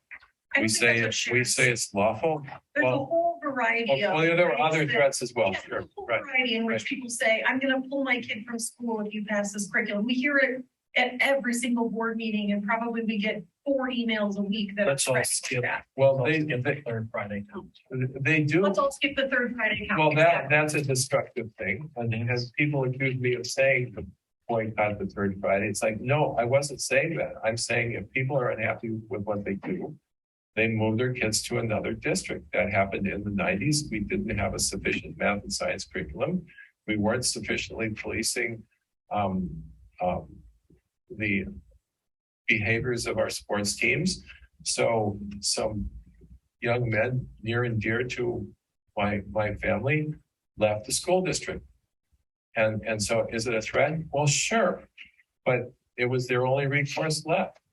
I know, but we're not gonna be able to make every family, we have 7,000 children in the district. We're not gonna be able to make every family happy. Right. So I think understand, what yeah. we're looking for tonight, Mhm. just to like recenter us, Sorry about that last. is what drives us? Now, Eric, you said you put something down. You didn't like the way it sounded, but can we start there and hear it? Well, and I wonder if the core values are more the it. I found this Okay. document from Blue Parks in California, and they took like our core values and then lined them up underneath the strategic objectives and put it on one page. I'll pass it around. I just thought it was kind of cool because I was thinking like you, like those statements, if we're able to organize them kind of in this way, that's just something to think about, like of organizing those. And that's just a one pager, but I really like how if I were administrator, I could pick this up, or I could have it on a bulletin board. And just to I'll make copies. okay. I like I that, should have Mike. brought more. That's okay. At work, we have something called manager commitments, and they relate to our manager competencies. And it's like, here's, We have leadership standards. yeah, here's what we believe, here's what they look like. And it is something that people are always picking up and saying, Right. like, am I demonstrating this? How am I demonstrating this? How's it Right. showing up in meetings? How does it like it's In your reviews. yes. Those, yes. How are you demonstrating these That's right. things? How can you measure that you're demonstrating these things? So it'd be a novel way to organize the core values and then with an overarching, moral imperative, but and then breaking those down into those values underneath our strat plan. The things that have resonated with me, there's the phrasing, have an inspirational agenda. That part of our job as a board is to have something that's inspirational and aspirational. Who do we want to be and who do we want our teachers to aspire to? The fact that teachers are coming here because they believe, despite challenges in our pay scale and other things that remain, but they believe in what the district is doing. That for me is, that in and of itself, for me as a board member, as a community member, as a parent, is inspiring. The version 1.0 of we want to be excellent, but we want to keep aspiring and pushing and always getting better. And a kind of a commitment. We're not going to smack you around if you're not excellent. We're going to smack you around if you're not striving for excellence.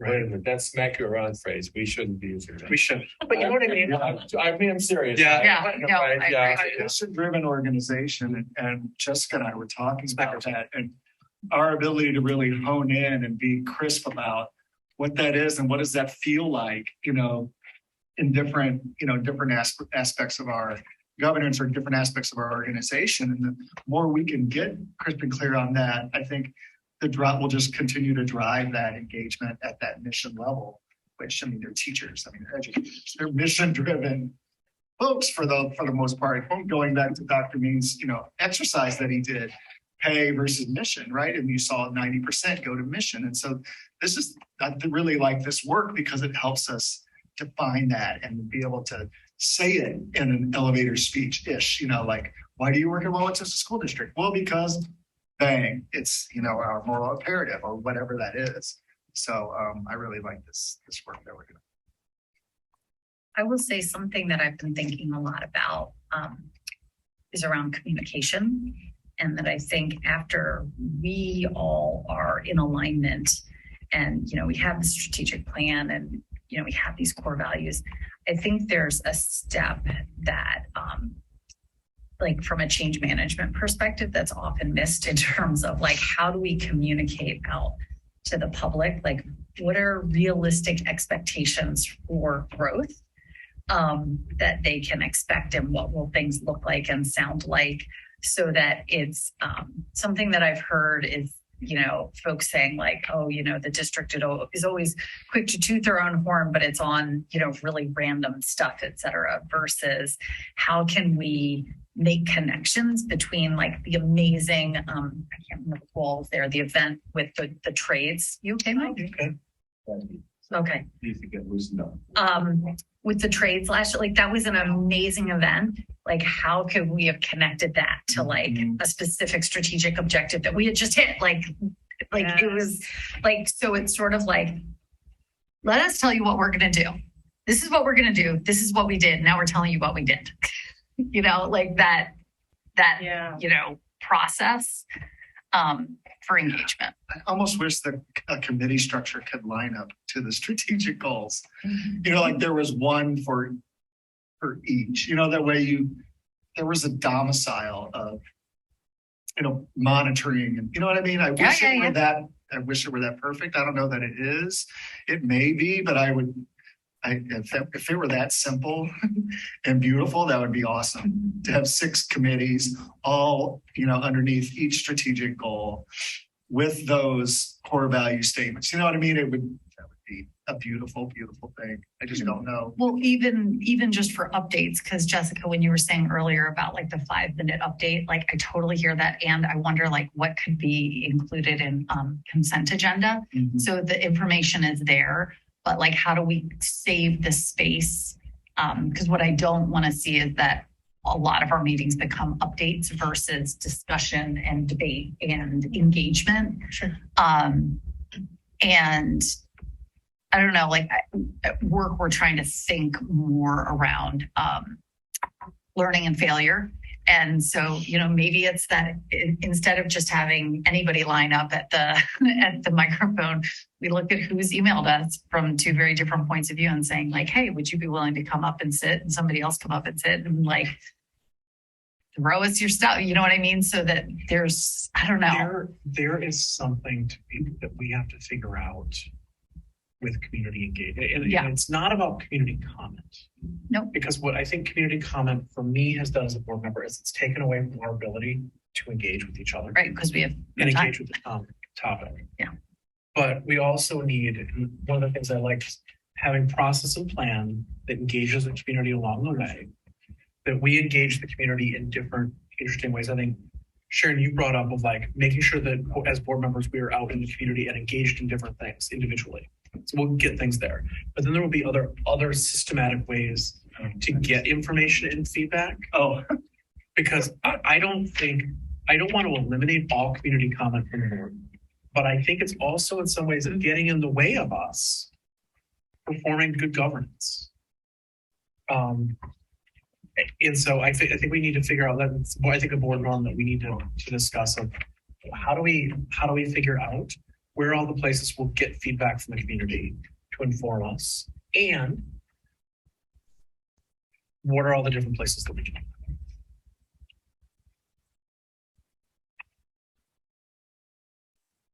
So Mr. Phillips. Did you want to, Dr. Means was out of the room and I thought you had a great idea, but I don't know. Oh, Yeah. that's more good words. Was having a committee structure underneath each strategic goal.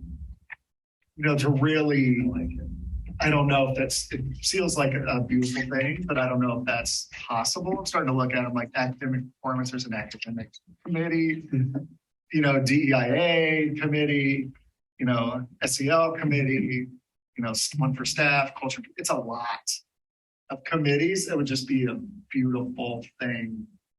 And then because it almost creates that accountability structure. Mm-hmm. And where you have, underneath, you have all those, points, and it creates a review process built into them, in a report out process. Mm-hmm. It's a lot, it's one per.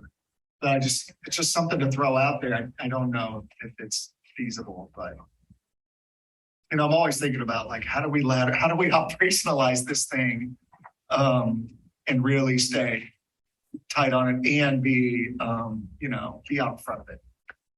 I don't know if you've seen that in other places or I've seen the model. Dang it. We can do it then. Does it work? Pros and cons. Pro is that you're more involved and you're more informed. Con is it will increase your time commitment significantly. Let me ask you this. And I don't know if there's a facilitator that we can get, if there's a trainer we can get. A lot of boards have monthly meetings, not twice a month. Like, is there a way to consolidate some of this information that we're having monthly meetings so that we can do this work? I mean, have you seen that? What are you familiar with? What type of model? So the wall of, I used to call it the wall of Tulsa model. The Tulsa model was one where the first meeting was all the readings and all the deep dives, and we did our work ahead of time. That now I'm speaking of when I was here 20 years ago. The second meeting was fast. and you were out in an hour because everyone did their homework and there weren't there may be a question here or there, but it was action night and you acted. And it actually wasn't a 2-week, if I remember correctly, it was a 10-day, and I'm going way back now, but it was, so we would meet on a Thursday and then loop back around to that following literal 10-day point and you would hit like a Monday. And it gave the board time to download it. So I've seen that model. I think your 6320 is I don't want to call it a barrier, but it's a challenge to your monthly meeting structure right now because that threshold is really, it's low for the operational budget that we have. And so it does require you to engage. I think someone at one of the work sessions said you do have to talk about bans with the current policy and the way that it's set up. And you're going to talk about bans the way it's constructed. So I've seen that model where there's a board member, and it doesn't necessarily, if you remember that governance accountability document that I sent out, there's a number of different committees. There's a lot of different ways you can do it. We could break that out by a strategic plan goal, and then board members have the obligation, the responsibility of attending those meetings. I think the upside, you asked about the pros and cons. I think the other pro that I think would be a quick win for the board is that then you set up time during your meetings where the community is hearing from you about the work happening in the district. So it gives an impression of our board understands what's happening in our district. They're reporting out what happened at curriculum council and what happened at finance and what happened at the personnel committee. They're reporting out, and it creates this sense of calm of the board has it under control. That's another pro or positive too. That's And here's what's coming. Here's what we're working on. It's very proactive sounding. yes. Yeah. Something that I've seen in other places is that the first meeting of the month prior to coming into the meeting, all committee members are meeting with their district counterpart to get that update. And then they report out, not at that meeting, they have then that whatever the time period is to then be able to come out to make and it's very short, like a couple of key points, like this strategic objective, this one, here are things that, to your point, you can expect us to report back out on next month.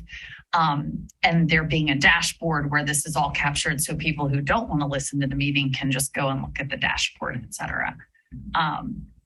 And I think keeping it, at least this is what I've heard from other colleagues, keeping it within the sort of typical kind of meeting time is really important so that you don't have board members like during their workday, having different sets of expectations as to how long they should be spending with the CFO or the chief academic officer, where it's like if you get an hour once a month with that person, they bring an update or they have an update to you before that meeting. This is your time for questions and engagement.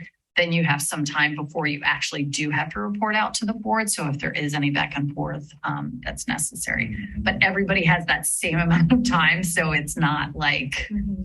I don't know if Whitefish Bay still does it this way, but that's the Whitefish Bay model. Okay. So Whitefish Bay, their second meeting would be a pub.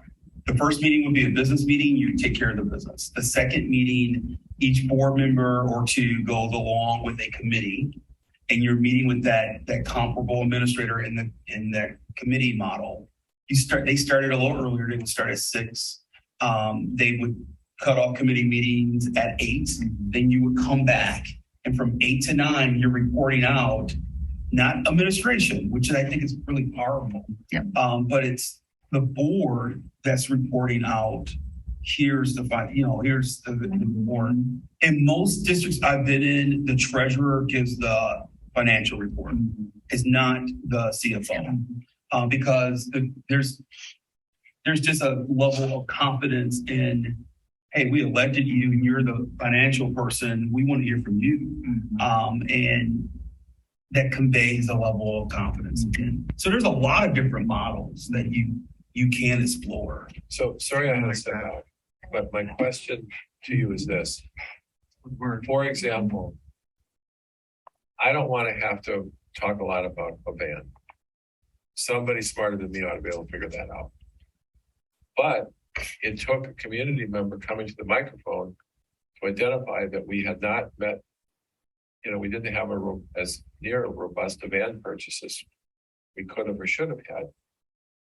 How do we not get to that spot? Because I don't want to hear about that. Ought to get handled. That's the only avenue that we provide. Right. We had a committee. Right. I'm asking you. Yes. Right. And that's why now, when in my work world, it always was, no, don't take a problem to the boss because the boss will think they have to do something about it. So we don't want this. If you bring it to the board, we're going to think we need to do something. We're going to talk about a committee, or we're going to talk about board liaison. We're going to we're going to try to have a solution, right? Fix that before it gets to us, so we don't have to come up with a solution. I think there's, Right. but I think I don't want to ignore Ms. Greenfield's statement. I'm going to go back to my coaching days when I coached high school athletics. There were some parents who just didn't like the new uniforms that we bought. Yeah. They just didn't like them. And they donated some money to the booster club, and they just don't like the stripe down the jersey. Right. I don't know how you will, there will always be in this social experiment that we call a public school system, some people who are not going to be agreeable. Yeah. I think now procedurally, this is what I want to defer to Ms. Greenfield, but I think I heard her say. It was a way better van after it got returned. Maybe, I thought it was. maybe, but the doors were different or whatever. maybe, I'll go back to my uniform. Was I wrong? Maybe it wasn't a way. I'll go back to what Ms. Greenfield said, and provide those. I don't know. And that hypothetical that I'm providing, if most of the parents in the stands said, we really like the uniforms, there will be two parents who are over at the concession stand saying, I don't like them. And that's okay.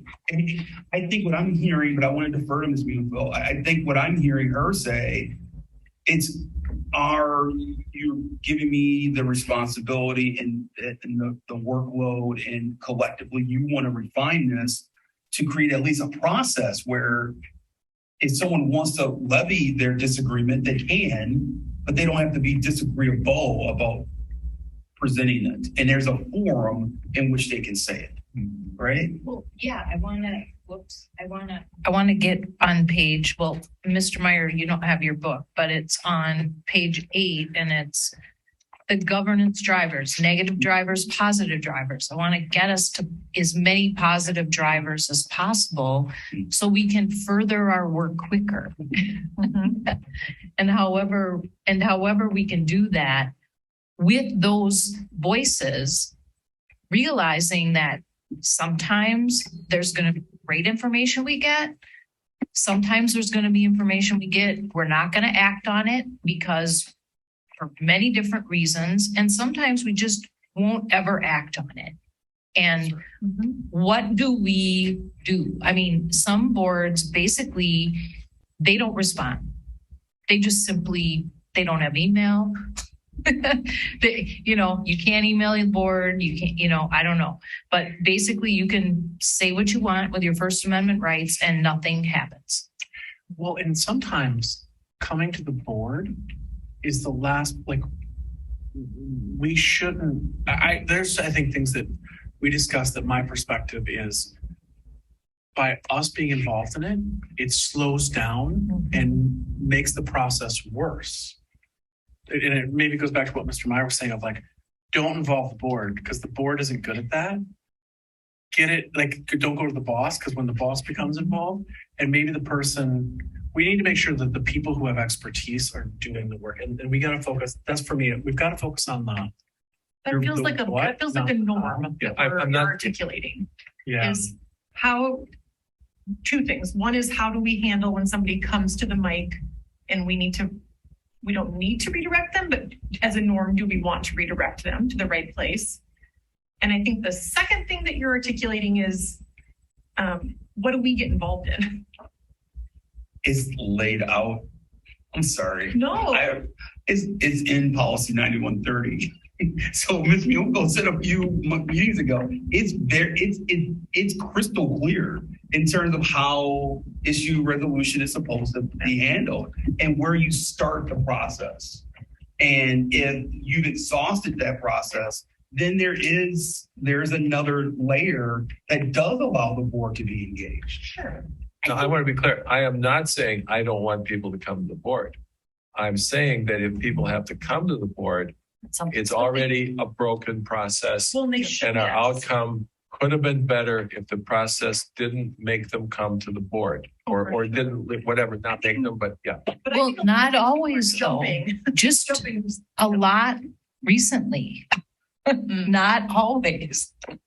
You know, sometimes it's for a positive reason, you know, but again, I'm trying to get to the drivers and how do we be a better governance board and involve all of the input in a positive way, in a constructive way, as much as possible, so we can get that better outcome. I have to give the board credit. This is one of the few board policies where you've continued to refine it over the years. When you look at 9130, it has been refined at least 5 times since it was first adopted. You don't find that in most of the other policies in the manual. That's just 9130. You like just that one. We're never quite working out. So yeah.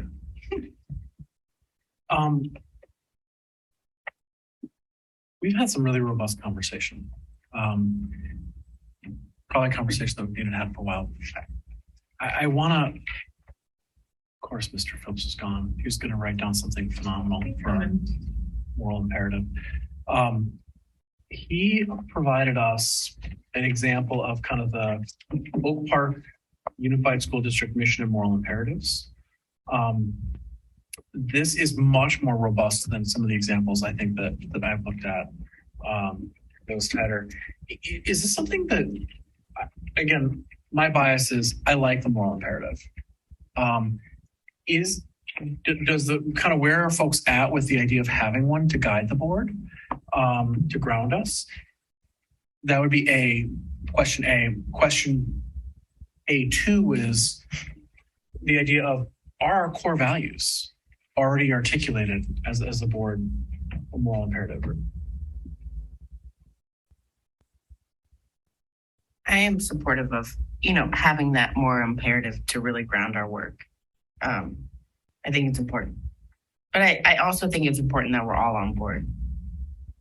Do you like this, like the more comprehensive document, or do you like the one-liner kind of thing? I think to Eric's point, I think we can fit our core values into something a little more comprehensive like this. Mm-hmm.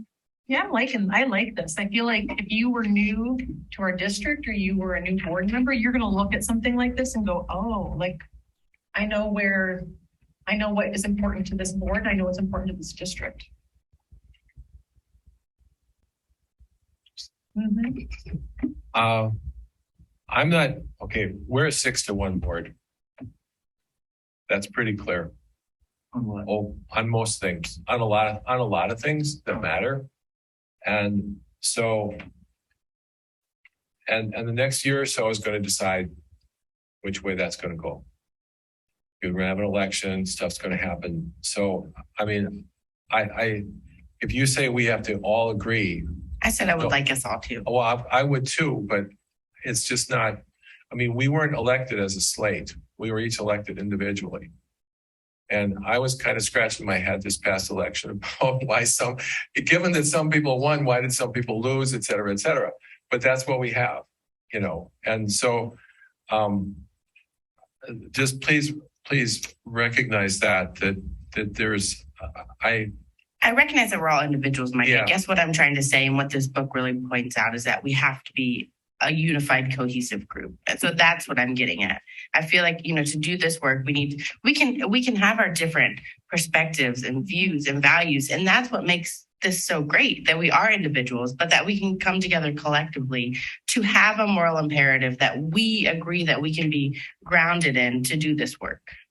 your statement as a conclusion, it's conclusionary in itself, that it's to me, it's contradictory. We don't agree.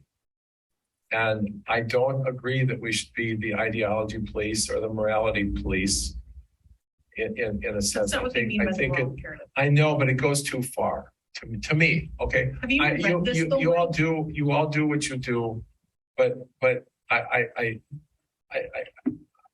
just please don't.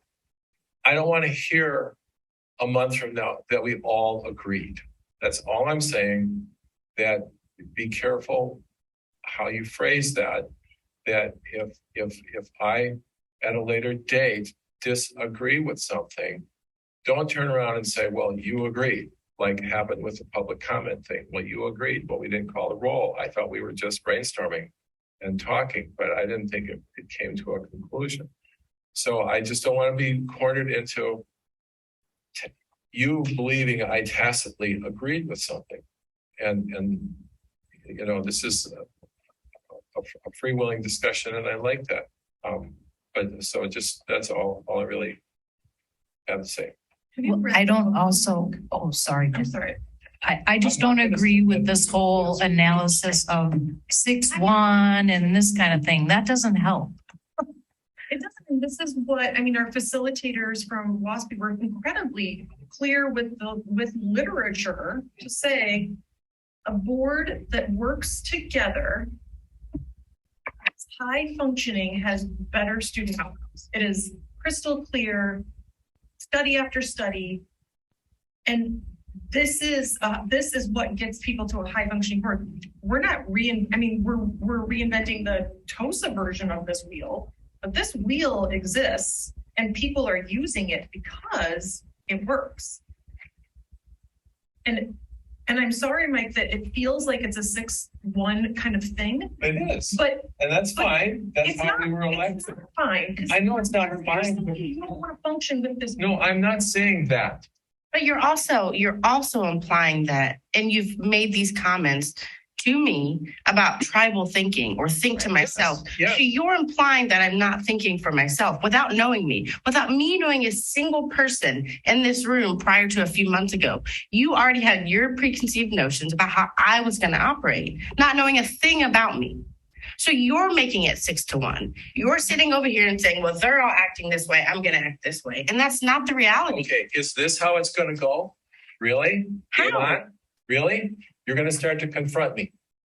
Okay. Like you have made these comments to me, and you sit there and say that it's 6-1. That like as we're what was it implying that we're against. It's a reality. That's a vote. That's not saying how do we function as a team. And you're not going to vote identically. Nobody's aiming for us to have an identical viewpoint and vote. We're saying how do we as a collective group of people come together to set a mission statement for what we're doing here. Sure. And if you break the law, I will do something about it. Oh my gosh, Mike. So, but I don't know what you're trying nothing to do with this conversation. No, yes, it does, because that's about breaking the law. Well, I don't know what you're talking about. We're working together because when we present these, when we present these disagreements, people look at me and say, "You're not working together." Like, well, I'm trying, but we don't agree. Sharon has asked for a recess. I'll grant that. I think we'll take a couple minutes. Back. Thank you.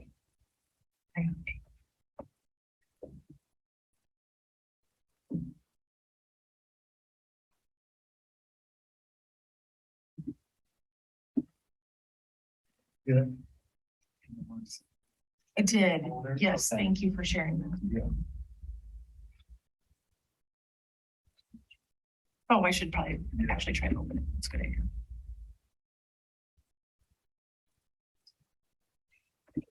Presentation, different treatments, RFP, Yep. all that stuff. Perfect. Thank you so much.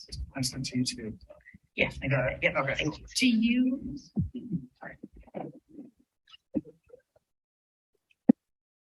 we need slow. Sure. We need to come up I think that week. I'm wide open during the day when my kids are during school hours, Jenny, but I know that you're working, so. I think we did it like. No, that's the second one. Monday is Labor Day. That's fine. Or at least it's a starting point. No, I appreciate that. That's really helpful.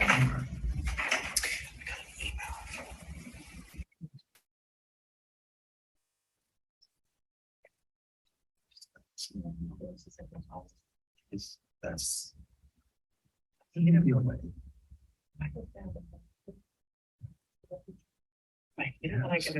This is a good example. I feel like it's these emails. I think it's just. See, this is. Right. Right. Yeah. Where I'm like, they just emailed to me and it's like all addressed to Dr. Eric, just a thinker. So I'm like, is it just me? And that's where I would like turn to Dr. Means.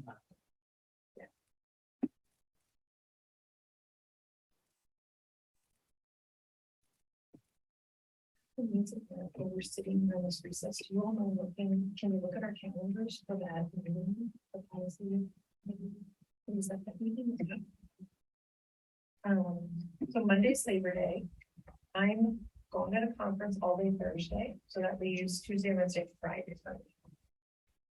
Do you have any availability, Jenny, from like 8:15 until 3:00, unless it's Wednesday when they get out at 2:20?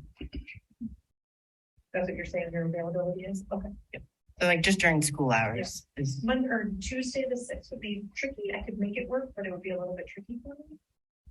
So I prefer Wednesday or Friday, but I'll be. What is that? Just. What? You mock? I live in this week. I know. I knew I was going to get that reaction. I was like, is that a trapper keeper? What trapper keepers? Both of my kids got from me in the heart. Ocean Pacific trapper keeper. I'm sorry.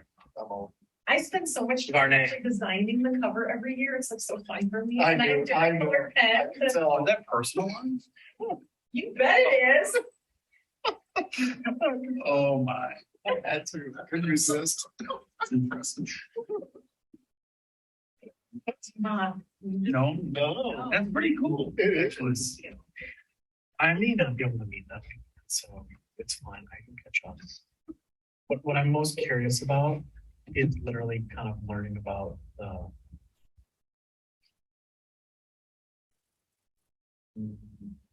No, it's not NORAD. Neola. Oh, yeah. Their process. And their process, and I can probably get that from you, Dr. Means. But I'm fascinated by how the kind of utilization of a consulting group to support the process.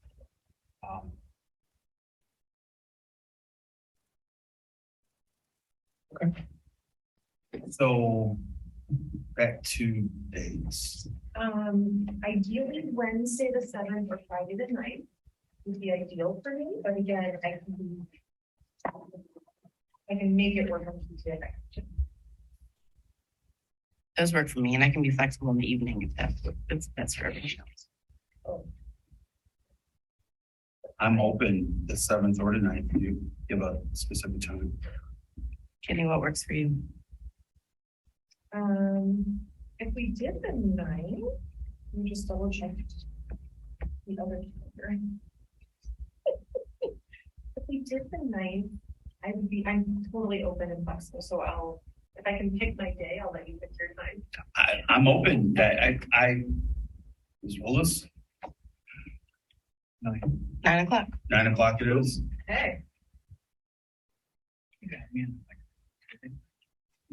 don't worry, I brought one of the parents' right? What color is that?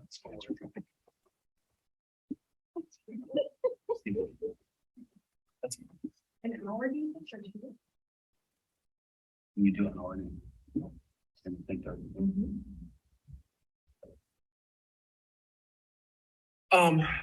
So Anna calls back from recess. Thanks for everybody. We're gonna do a hard stop at 10 because at that point, we will, I think we were here till 2 last night, give or take. Where we landed is a conversation around, I think we're starting to pull apart some of the conflicts that we've had as a board. And I don't know where we want to pick up on from that. I'll say I apologize. I was frustrated. I apologize, Mike. I want this to be collaborative. I really do. I think what I would love to see is potentially a next step. We've talked about norms, but I can see this is going to be a challenging conversation for us to have. And one that does feel collaborative and that we're all in the conversation together.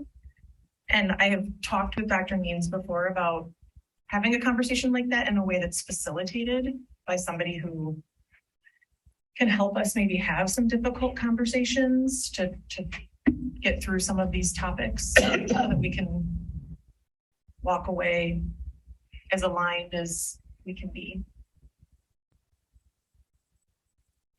One of the things I think I'm hearing is there's a desire, and I will own that I have this. There's a desire on the board, not an alignment in how we think or vote, but an alignment and commitment of how we operate together in support of the district. And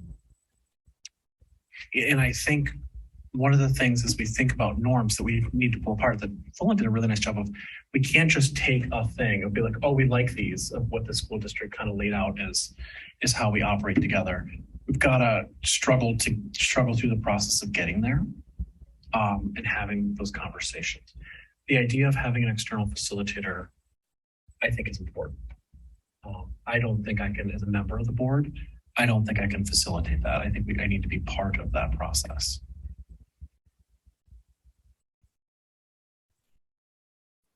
What I would also say is there are some board norms we may not all agree to, but maybe the way that we operate, that there's a lot of agreement. And that doesn't mean it's always 6-1.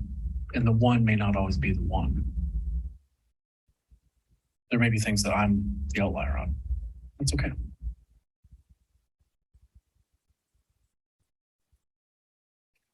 So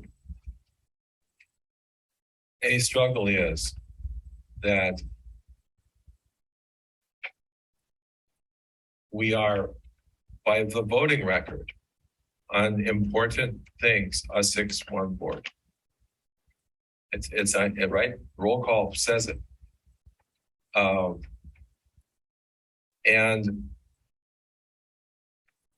these are, as an elected official on a legislative body, there's ways you're stuck with operating because of that, both by the 6 and by the 1. And it's the democratic way. And there is this constant thought process by me. It's like, well, if it's 6-1, there's 2 realities here. And which one is valid? And I see people of goodwill coming to the microphone who disagree with the 6. And I sit here and I listen to these subtle shots being taken at them by board members during the course of tonight. Just now, yes, there were some comments made by people last night about how if we voted a certain way, we were accusing them of being monsters. And we had an email today accusing us, of the 6 of some kind of morality problem that I won't even give lip service to the words used in that email. Okay, I don't know what you're talking about, Okay. Mr. Meyer. And I don't even know that, I think this is possibly off topic. Well, it's about And I'd governance. really like to talk Yeah. about what we're doing here tonight, which is, Mr. Phillips actually brought up a really great So, idea. excuse me, are you cutting me off? No, I guess you are. I just think I'm just asking point of order. Are we kind of off topic? Well, Chair, I'm, Because you left the room and then you came back, I but we left were the- talking about strategic planning. yeah, I left the room for a couple of very compelling reasons. But I defer to the chair about where the conversation should go.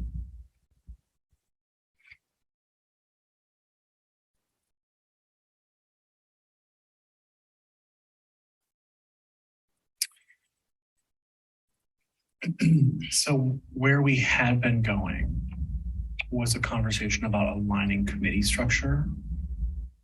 Is this what you're referring back to? Yes, correct. Aligning committee structure for accomplishment and kind of driving the continuous improvement, accountability towards that.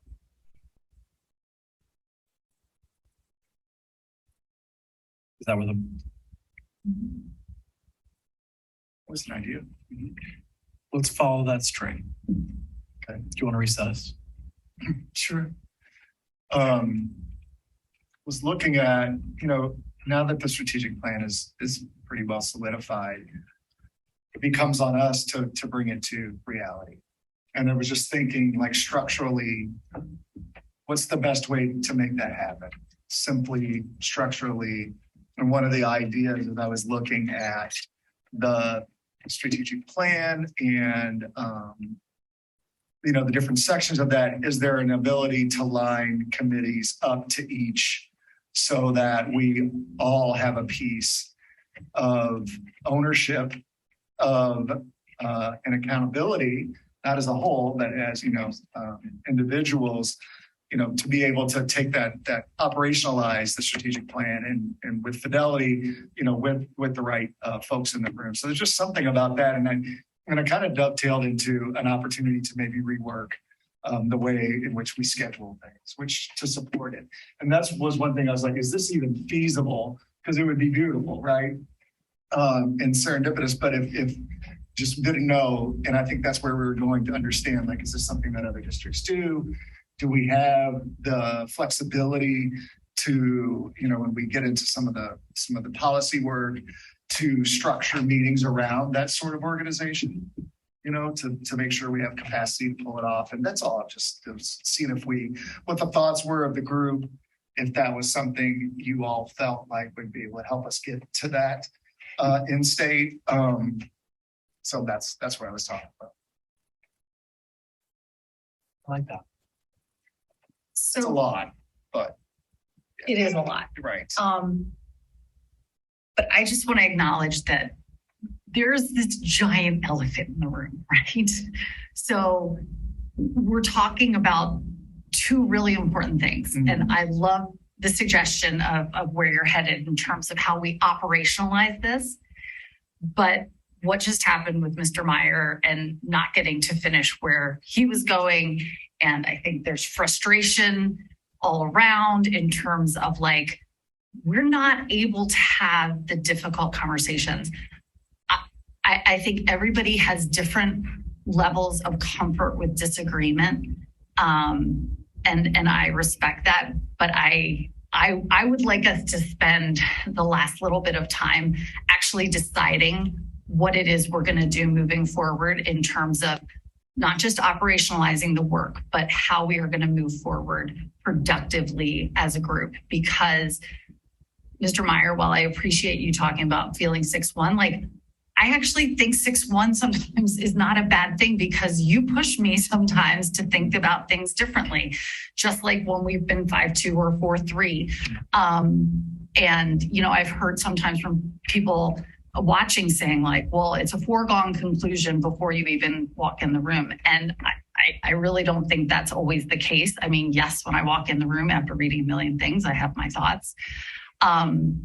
But I want us to be able to disagree, and I don't want folks to feel threatened or pushed back into a corner, or I don't know. I just feel like we all bring really different perspectives. I really value Ms. Neufeld and Mr. Meyer's historical context on the board.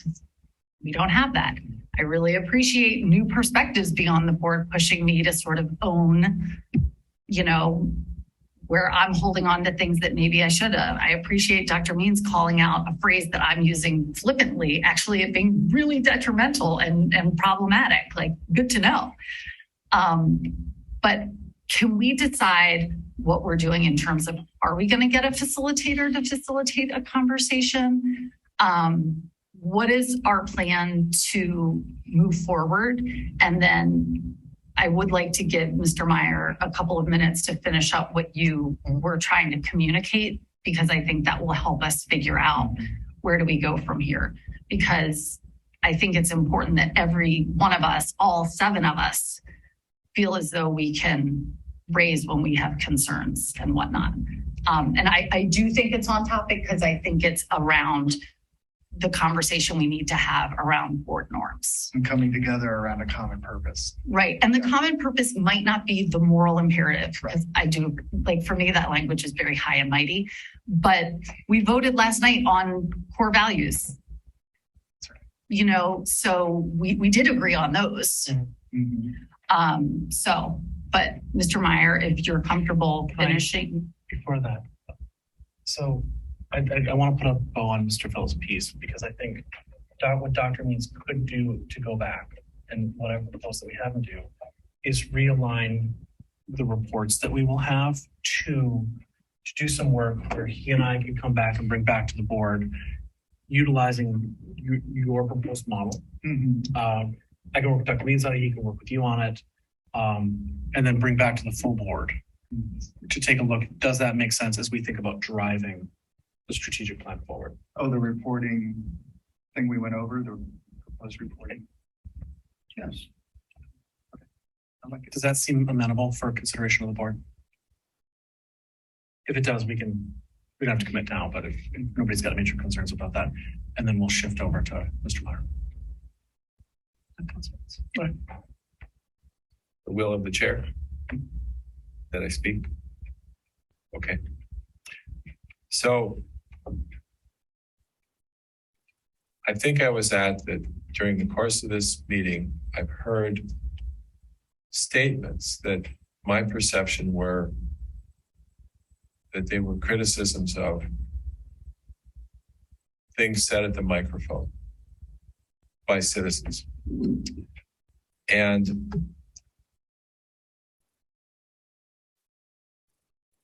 And also a shot taken at, quote, First Amendment rights, unquote. It's my understanding that over the next 2 or 3 months, a great many citizens are going to vigorously operate to exercise their democratic rights in this community and legal rights. And I am not looking forward to this period. And I guess it's because the community hasn't decided what direction they want us to go in. So we have different perspectives on the board. They were voted into office. I don't understand, but it is that's what we were given. So, and these are on fundamentals of how we run the school district. So that process has to play out. Where I then get uncomfortable, and I'm kind of scarred actually by what happened over the meeting comment stuff, where we had an in-service in August, I believe, when was it? August, September, whatever. And there was like brainstorming about public comment. And then it was dropped on us in a fell swoop months later as a decision of the board. And by members of the board, I was pointed to and said, Mr. Meyer, you agreed to this. When I had not agreed to it, I thought it was a brainstorming session and there wasn't a final decision. So whenever all of you say norms and working together and all of this, I hearken back to that example and I say to myself, what do they think I'm agreeing to if I sit here silent? That is there some perception in the other 6 that I'm tacitly agreeing to something that I am not agreeing to? And that's my concern here, that you know where I am about, yes, I'm sorry, yes.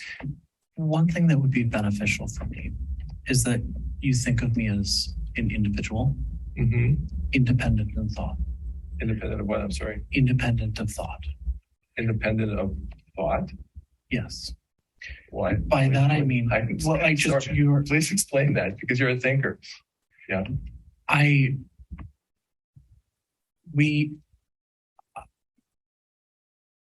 would ask all of my colleagues to think of each of us as individually elected representatives who are coming to conclusion, who hold their own perceptions, and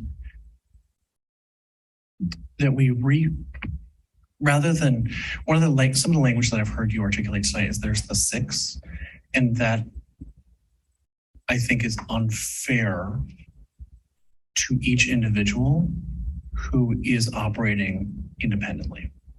Okay. That all of us, the seven, as elected board members, have to come through a discernment process on each issue that we consider, how we operate, how we work together or not.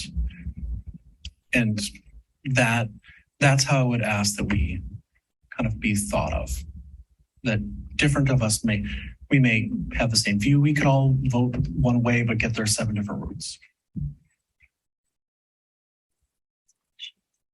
Mr. Meyer, would it help if when there's a question put out there, even I can't even remember what you just asked Eric just a couple of minutes ago, and you sort of looked around the room, would it be helpful if we actually took a roll call to say, like, does it sound, it was your idea, Mike, sorry, it's all coming back to me now, to say, like, does this sound good as a next step? And then we actually take the roll call to say yes or no, so that you feel as though we can't, because we're not agendaed for action items, which is why at the beginning I said, ask Dr. Mainspeed memorialize, what are these things that are the understanding? Yeah. So that we can take them back. Yes. Okay. So we can state it, and it may even be in the consent agenda or whatever, just so we know what we've agreed to.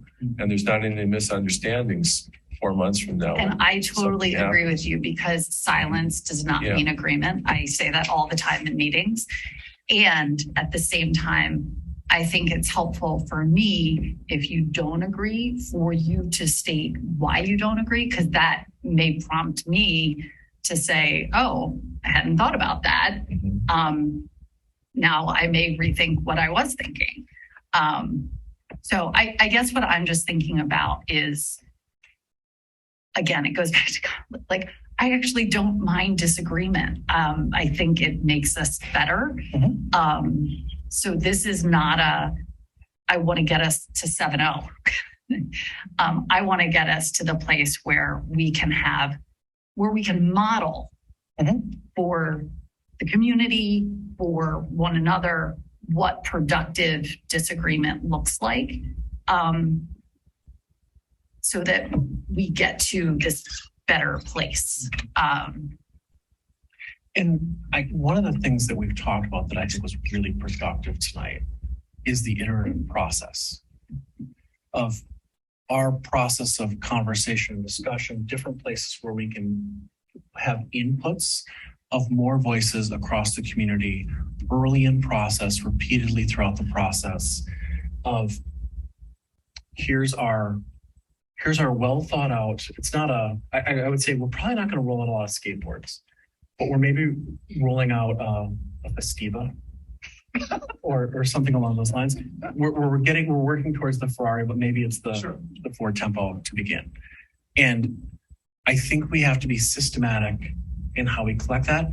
What we all probably have seen is that the diversity of Wauwatosa and the diversity of our schools are often not represented by folks that we're hearing from. And so we have to do our work to make sure that we are creating spaces and opportunities to gather the breadth of feedback, because there isn't two perspectives on issues. There's a lot. And a lot of people and that's one of the things I certainly have gotten from the complex issues. Every family has different issues, challenges, and needs. So I like the modeling of this and the how do we take all this in and how do we leverage feedback and balance that with this, with how we are engaging, communicating, and so on as a board. So to answer that, I'll cite last night's motion from Mrs. Neufeld to postpone until September 26th. I'm trying to interpret what your motivation. I don't want to put words in your mouth, Ms. Neufeld, but there was a reason why. Then why don't you just ask the question? Okay, can you explain why you wanted that? And then that segues into my response to Dr. No, Nissebank's I was very clear in my conversation last evening. Right. I am seat 7. I represent seat 7. I bring every possible voice to this table as I can. I don't appreciate being characterized by another board member out of context. I don't like that. I also really appreciate all comment in every form. And believe me, I've been called every name in the book, and sometimes you don't even know what they mean in doing this job. But I appreciate everyone, and I want them to have a great space to be able to constructively get us to a place where there are wonderful student outcomes. And that's what I do. And that's what I'm always trying to do.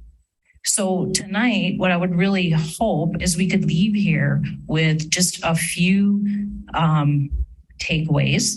We could come back, talk about how we want to structure these committees, and move on from there and start our work.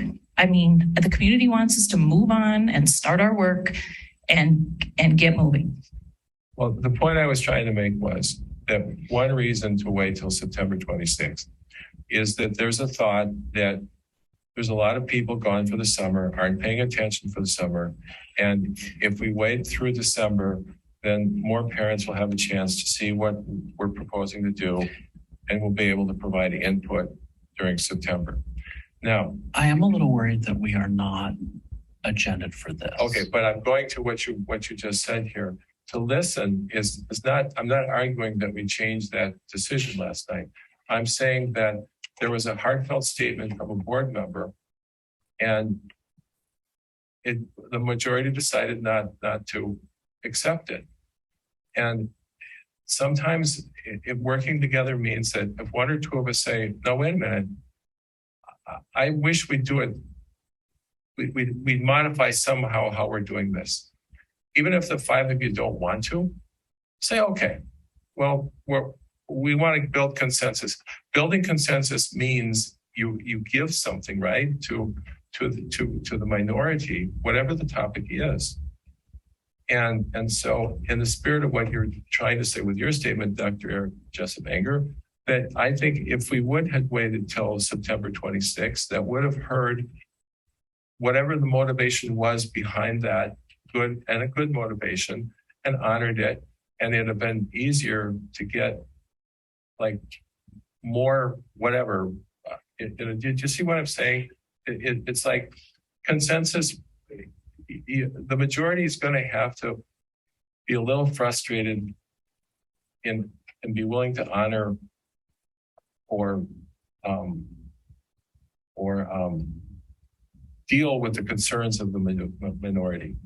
And it might slow us down from time to time, but that, we have to account for the minority view. We don't have to agree with it, but we have to account for it, is what I'm trying to say. Thank you. Can I rephrase what you just said so I make sure I understand it? So I just want you to check my understanding. Mm-hmm. Because I actually think this might be real, but what you said was really helpful for me.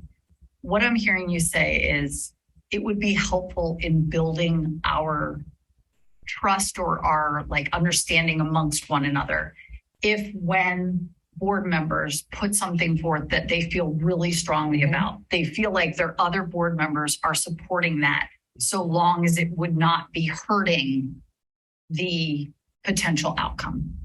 Right. Give it a chance to sprout, but don't give up your own views, of course. But Right, just absolutely. Okay. Give it more of a chance to flower to see the point to it. Yeah. That's super helpful for me to hear And I just want to respond and say that was something that I actually really wrestled with last night in terms of if the timing wasn't what it was, I could have absolutely supported that. And this is one of those like, because it could have been helpful, not just in terms of the community, but it could have been helpful in terms of getting the curriculum to a different place. But my vote was a timing thing. But I just want to say, I hear what you're saying, that you may not feel as though you are supported by your fellow board members in terms of like, when you're, like you said last night, you're trying to get to yes. Yeah, I really tried it, yeah. So I think part of that is though, there, for whatever reason, and they're individual reasons, I'm sure, we don't yet have that sense of like, all right, Mike feels really strongly about this and Mike knows more about numbers than I do. So I'm going to trust him on that. It actually speaks to what you were saying earlier in terms of if there was one person from the board that was representing the different parts of the strategic plan, there actually has to be trust in the person that is coming before you to say like, okay, we really trust you, Jessica, on the SEL or the DEAI, et cetera, work. And I'd like to think we can get there, but I think it actually is going to require that sort of like trust building kind of experience. And I would say it's worth it. It's worth it, even if this board is only together 6 months, because we're foundation setting right now. I absolutely hear what you're saying, but I think that's what we were trying to do today was start there, because we're not going to get to the point of a vote, which is a whole different. But I think things are starting to bubble up in a not yes. And I don't think the feelings and the thoughts and the frustrations always come out in the most logical, linear way.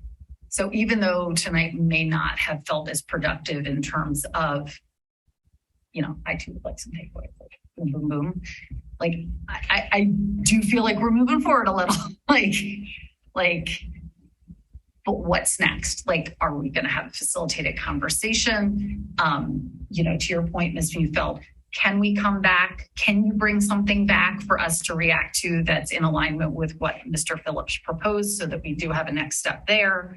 Can we come up with a date for when we're going to meet to talk about this again? Like that to me would still feel like progress. Well, I always know I have one vote and I work with 6 other colleagues, 7 other colleagues, including Dr. Means. And I come to every meeting, not actually knowing what the outcome will exactly be. And I make my decision at the very end of the discussion. And that is how I have always conducted myself.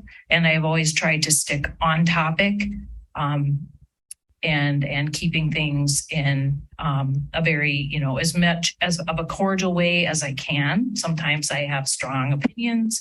I'm not afraid to debate. It really helps when I hear all of your opinions.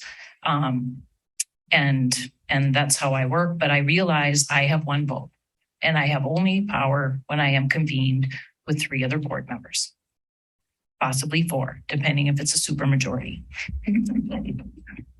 And I want to check in with others because we've any reflections, Mr. Maya? I'm gonna check in with others because I don't want to lose your points about committee stuff. Just before we adjourn. Yeah. Any takeaways tonight or kind of where you'd like to see us go? Sounds good. The 2 that I heard sounds good to me. So thinking about kind of rearranging committee structure, facilitator, bring in, digging in. Yeah, just help us accelerate kind of what we tried to do tonight. I want to figure out a way to get that done. You know? Yes. I think that's not something we can do like in this forum. I'm all up for a different forum. Any alternative views on a willingness to engage in a facilitated discussion to help us move forward as a governance group?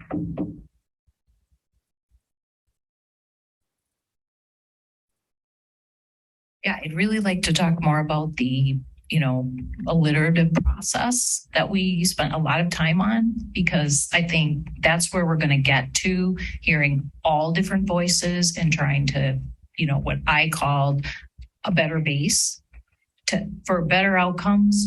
But all of you have different words for that, and probably the community has different words for that. But I think that's how we're going to be successful in getting the strategic plan to the place where we want it to be as quickly as possible. Well, and I think what we have done in the midst of a lot of moving parts is we have a strategic plan on which to build.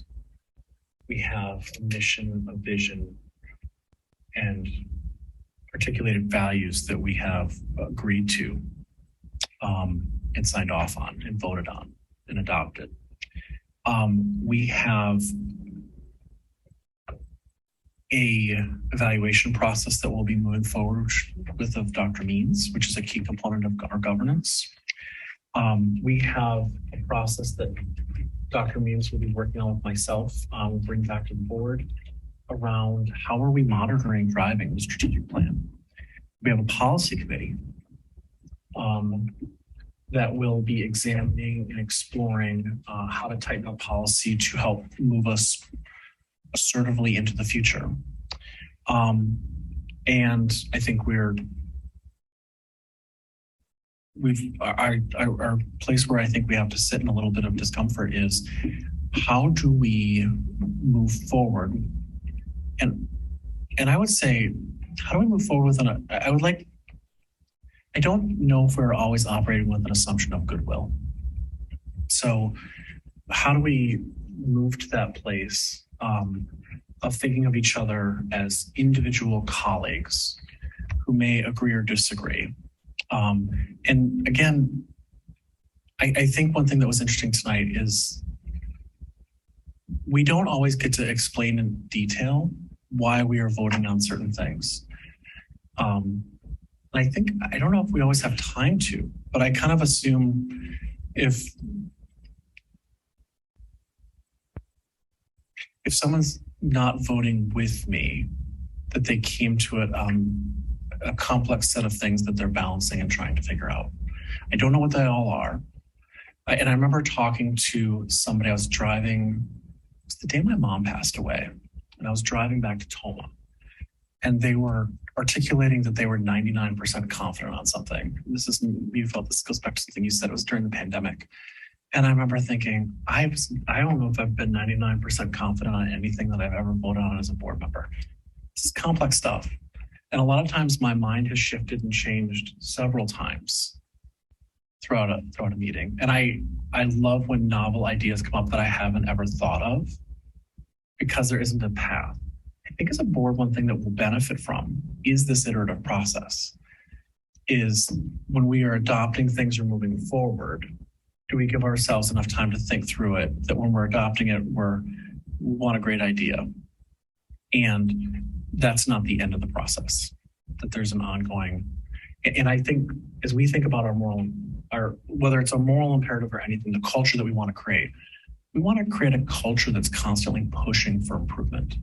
And so I don't know how we're going to do that model that as a board, but I think that that's an interesting thing of how do we model constant improvement of governance as a board, and how does that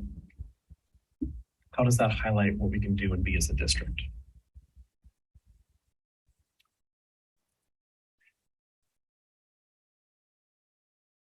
I think we're going to leave it at that.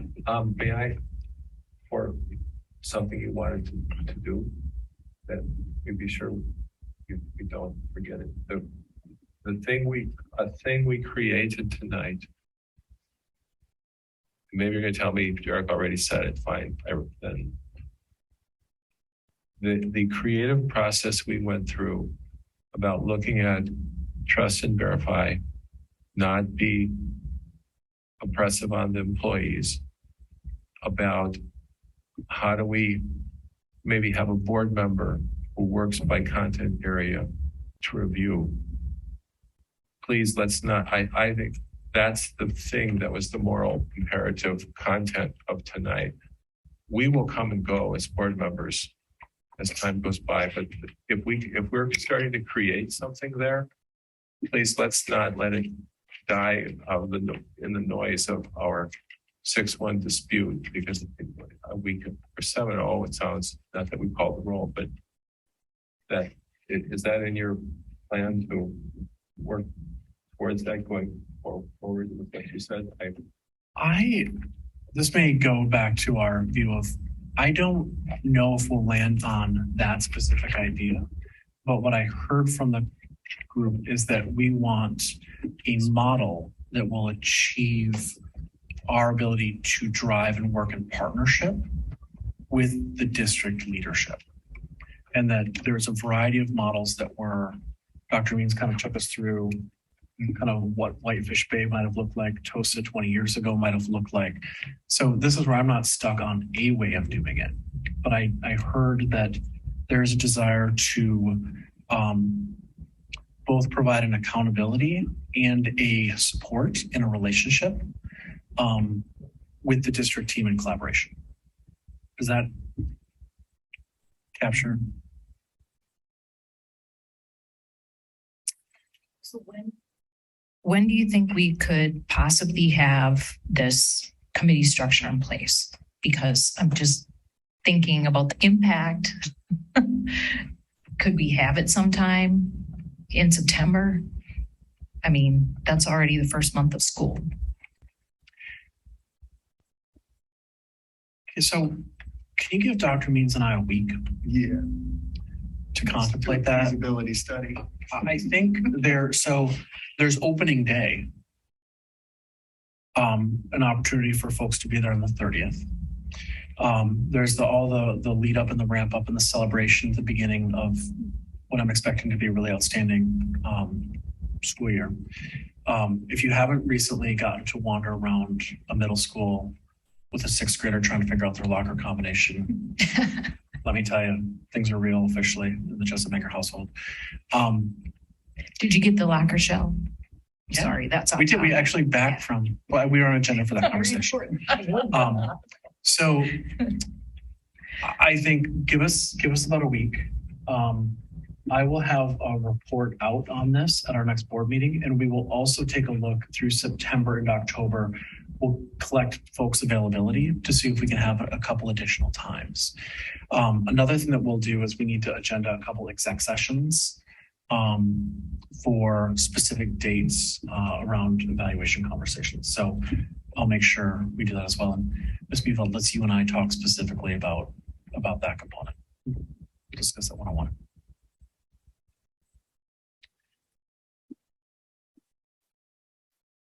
Anyone want final word? Okay. I appreciate you all. This is a hard role. If you haven't listened to the coverage on this on any sort of media or kind of review of the challenges of being on a school board, and that we are maybe most closely nested to community and being that bridge, as we talked about, between the community and the schools and education. Figuring out how to do this. One thing I want to raise up is something that Jenny said that is, for me, an indisputable piece of data, that high functioning school boards lead to high functioning districts. And so we owe it to the district to get there. Okay. May I have a motion to adjourn? So moved. May I have a second? Second.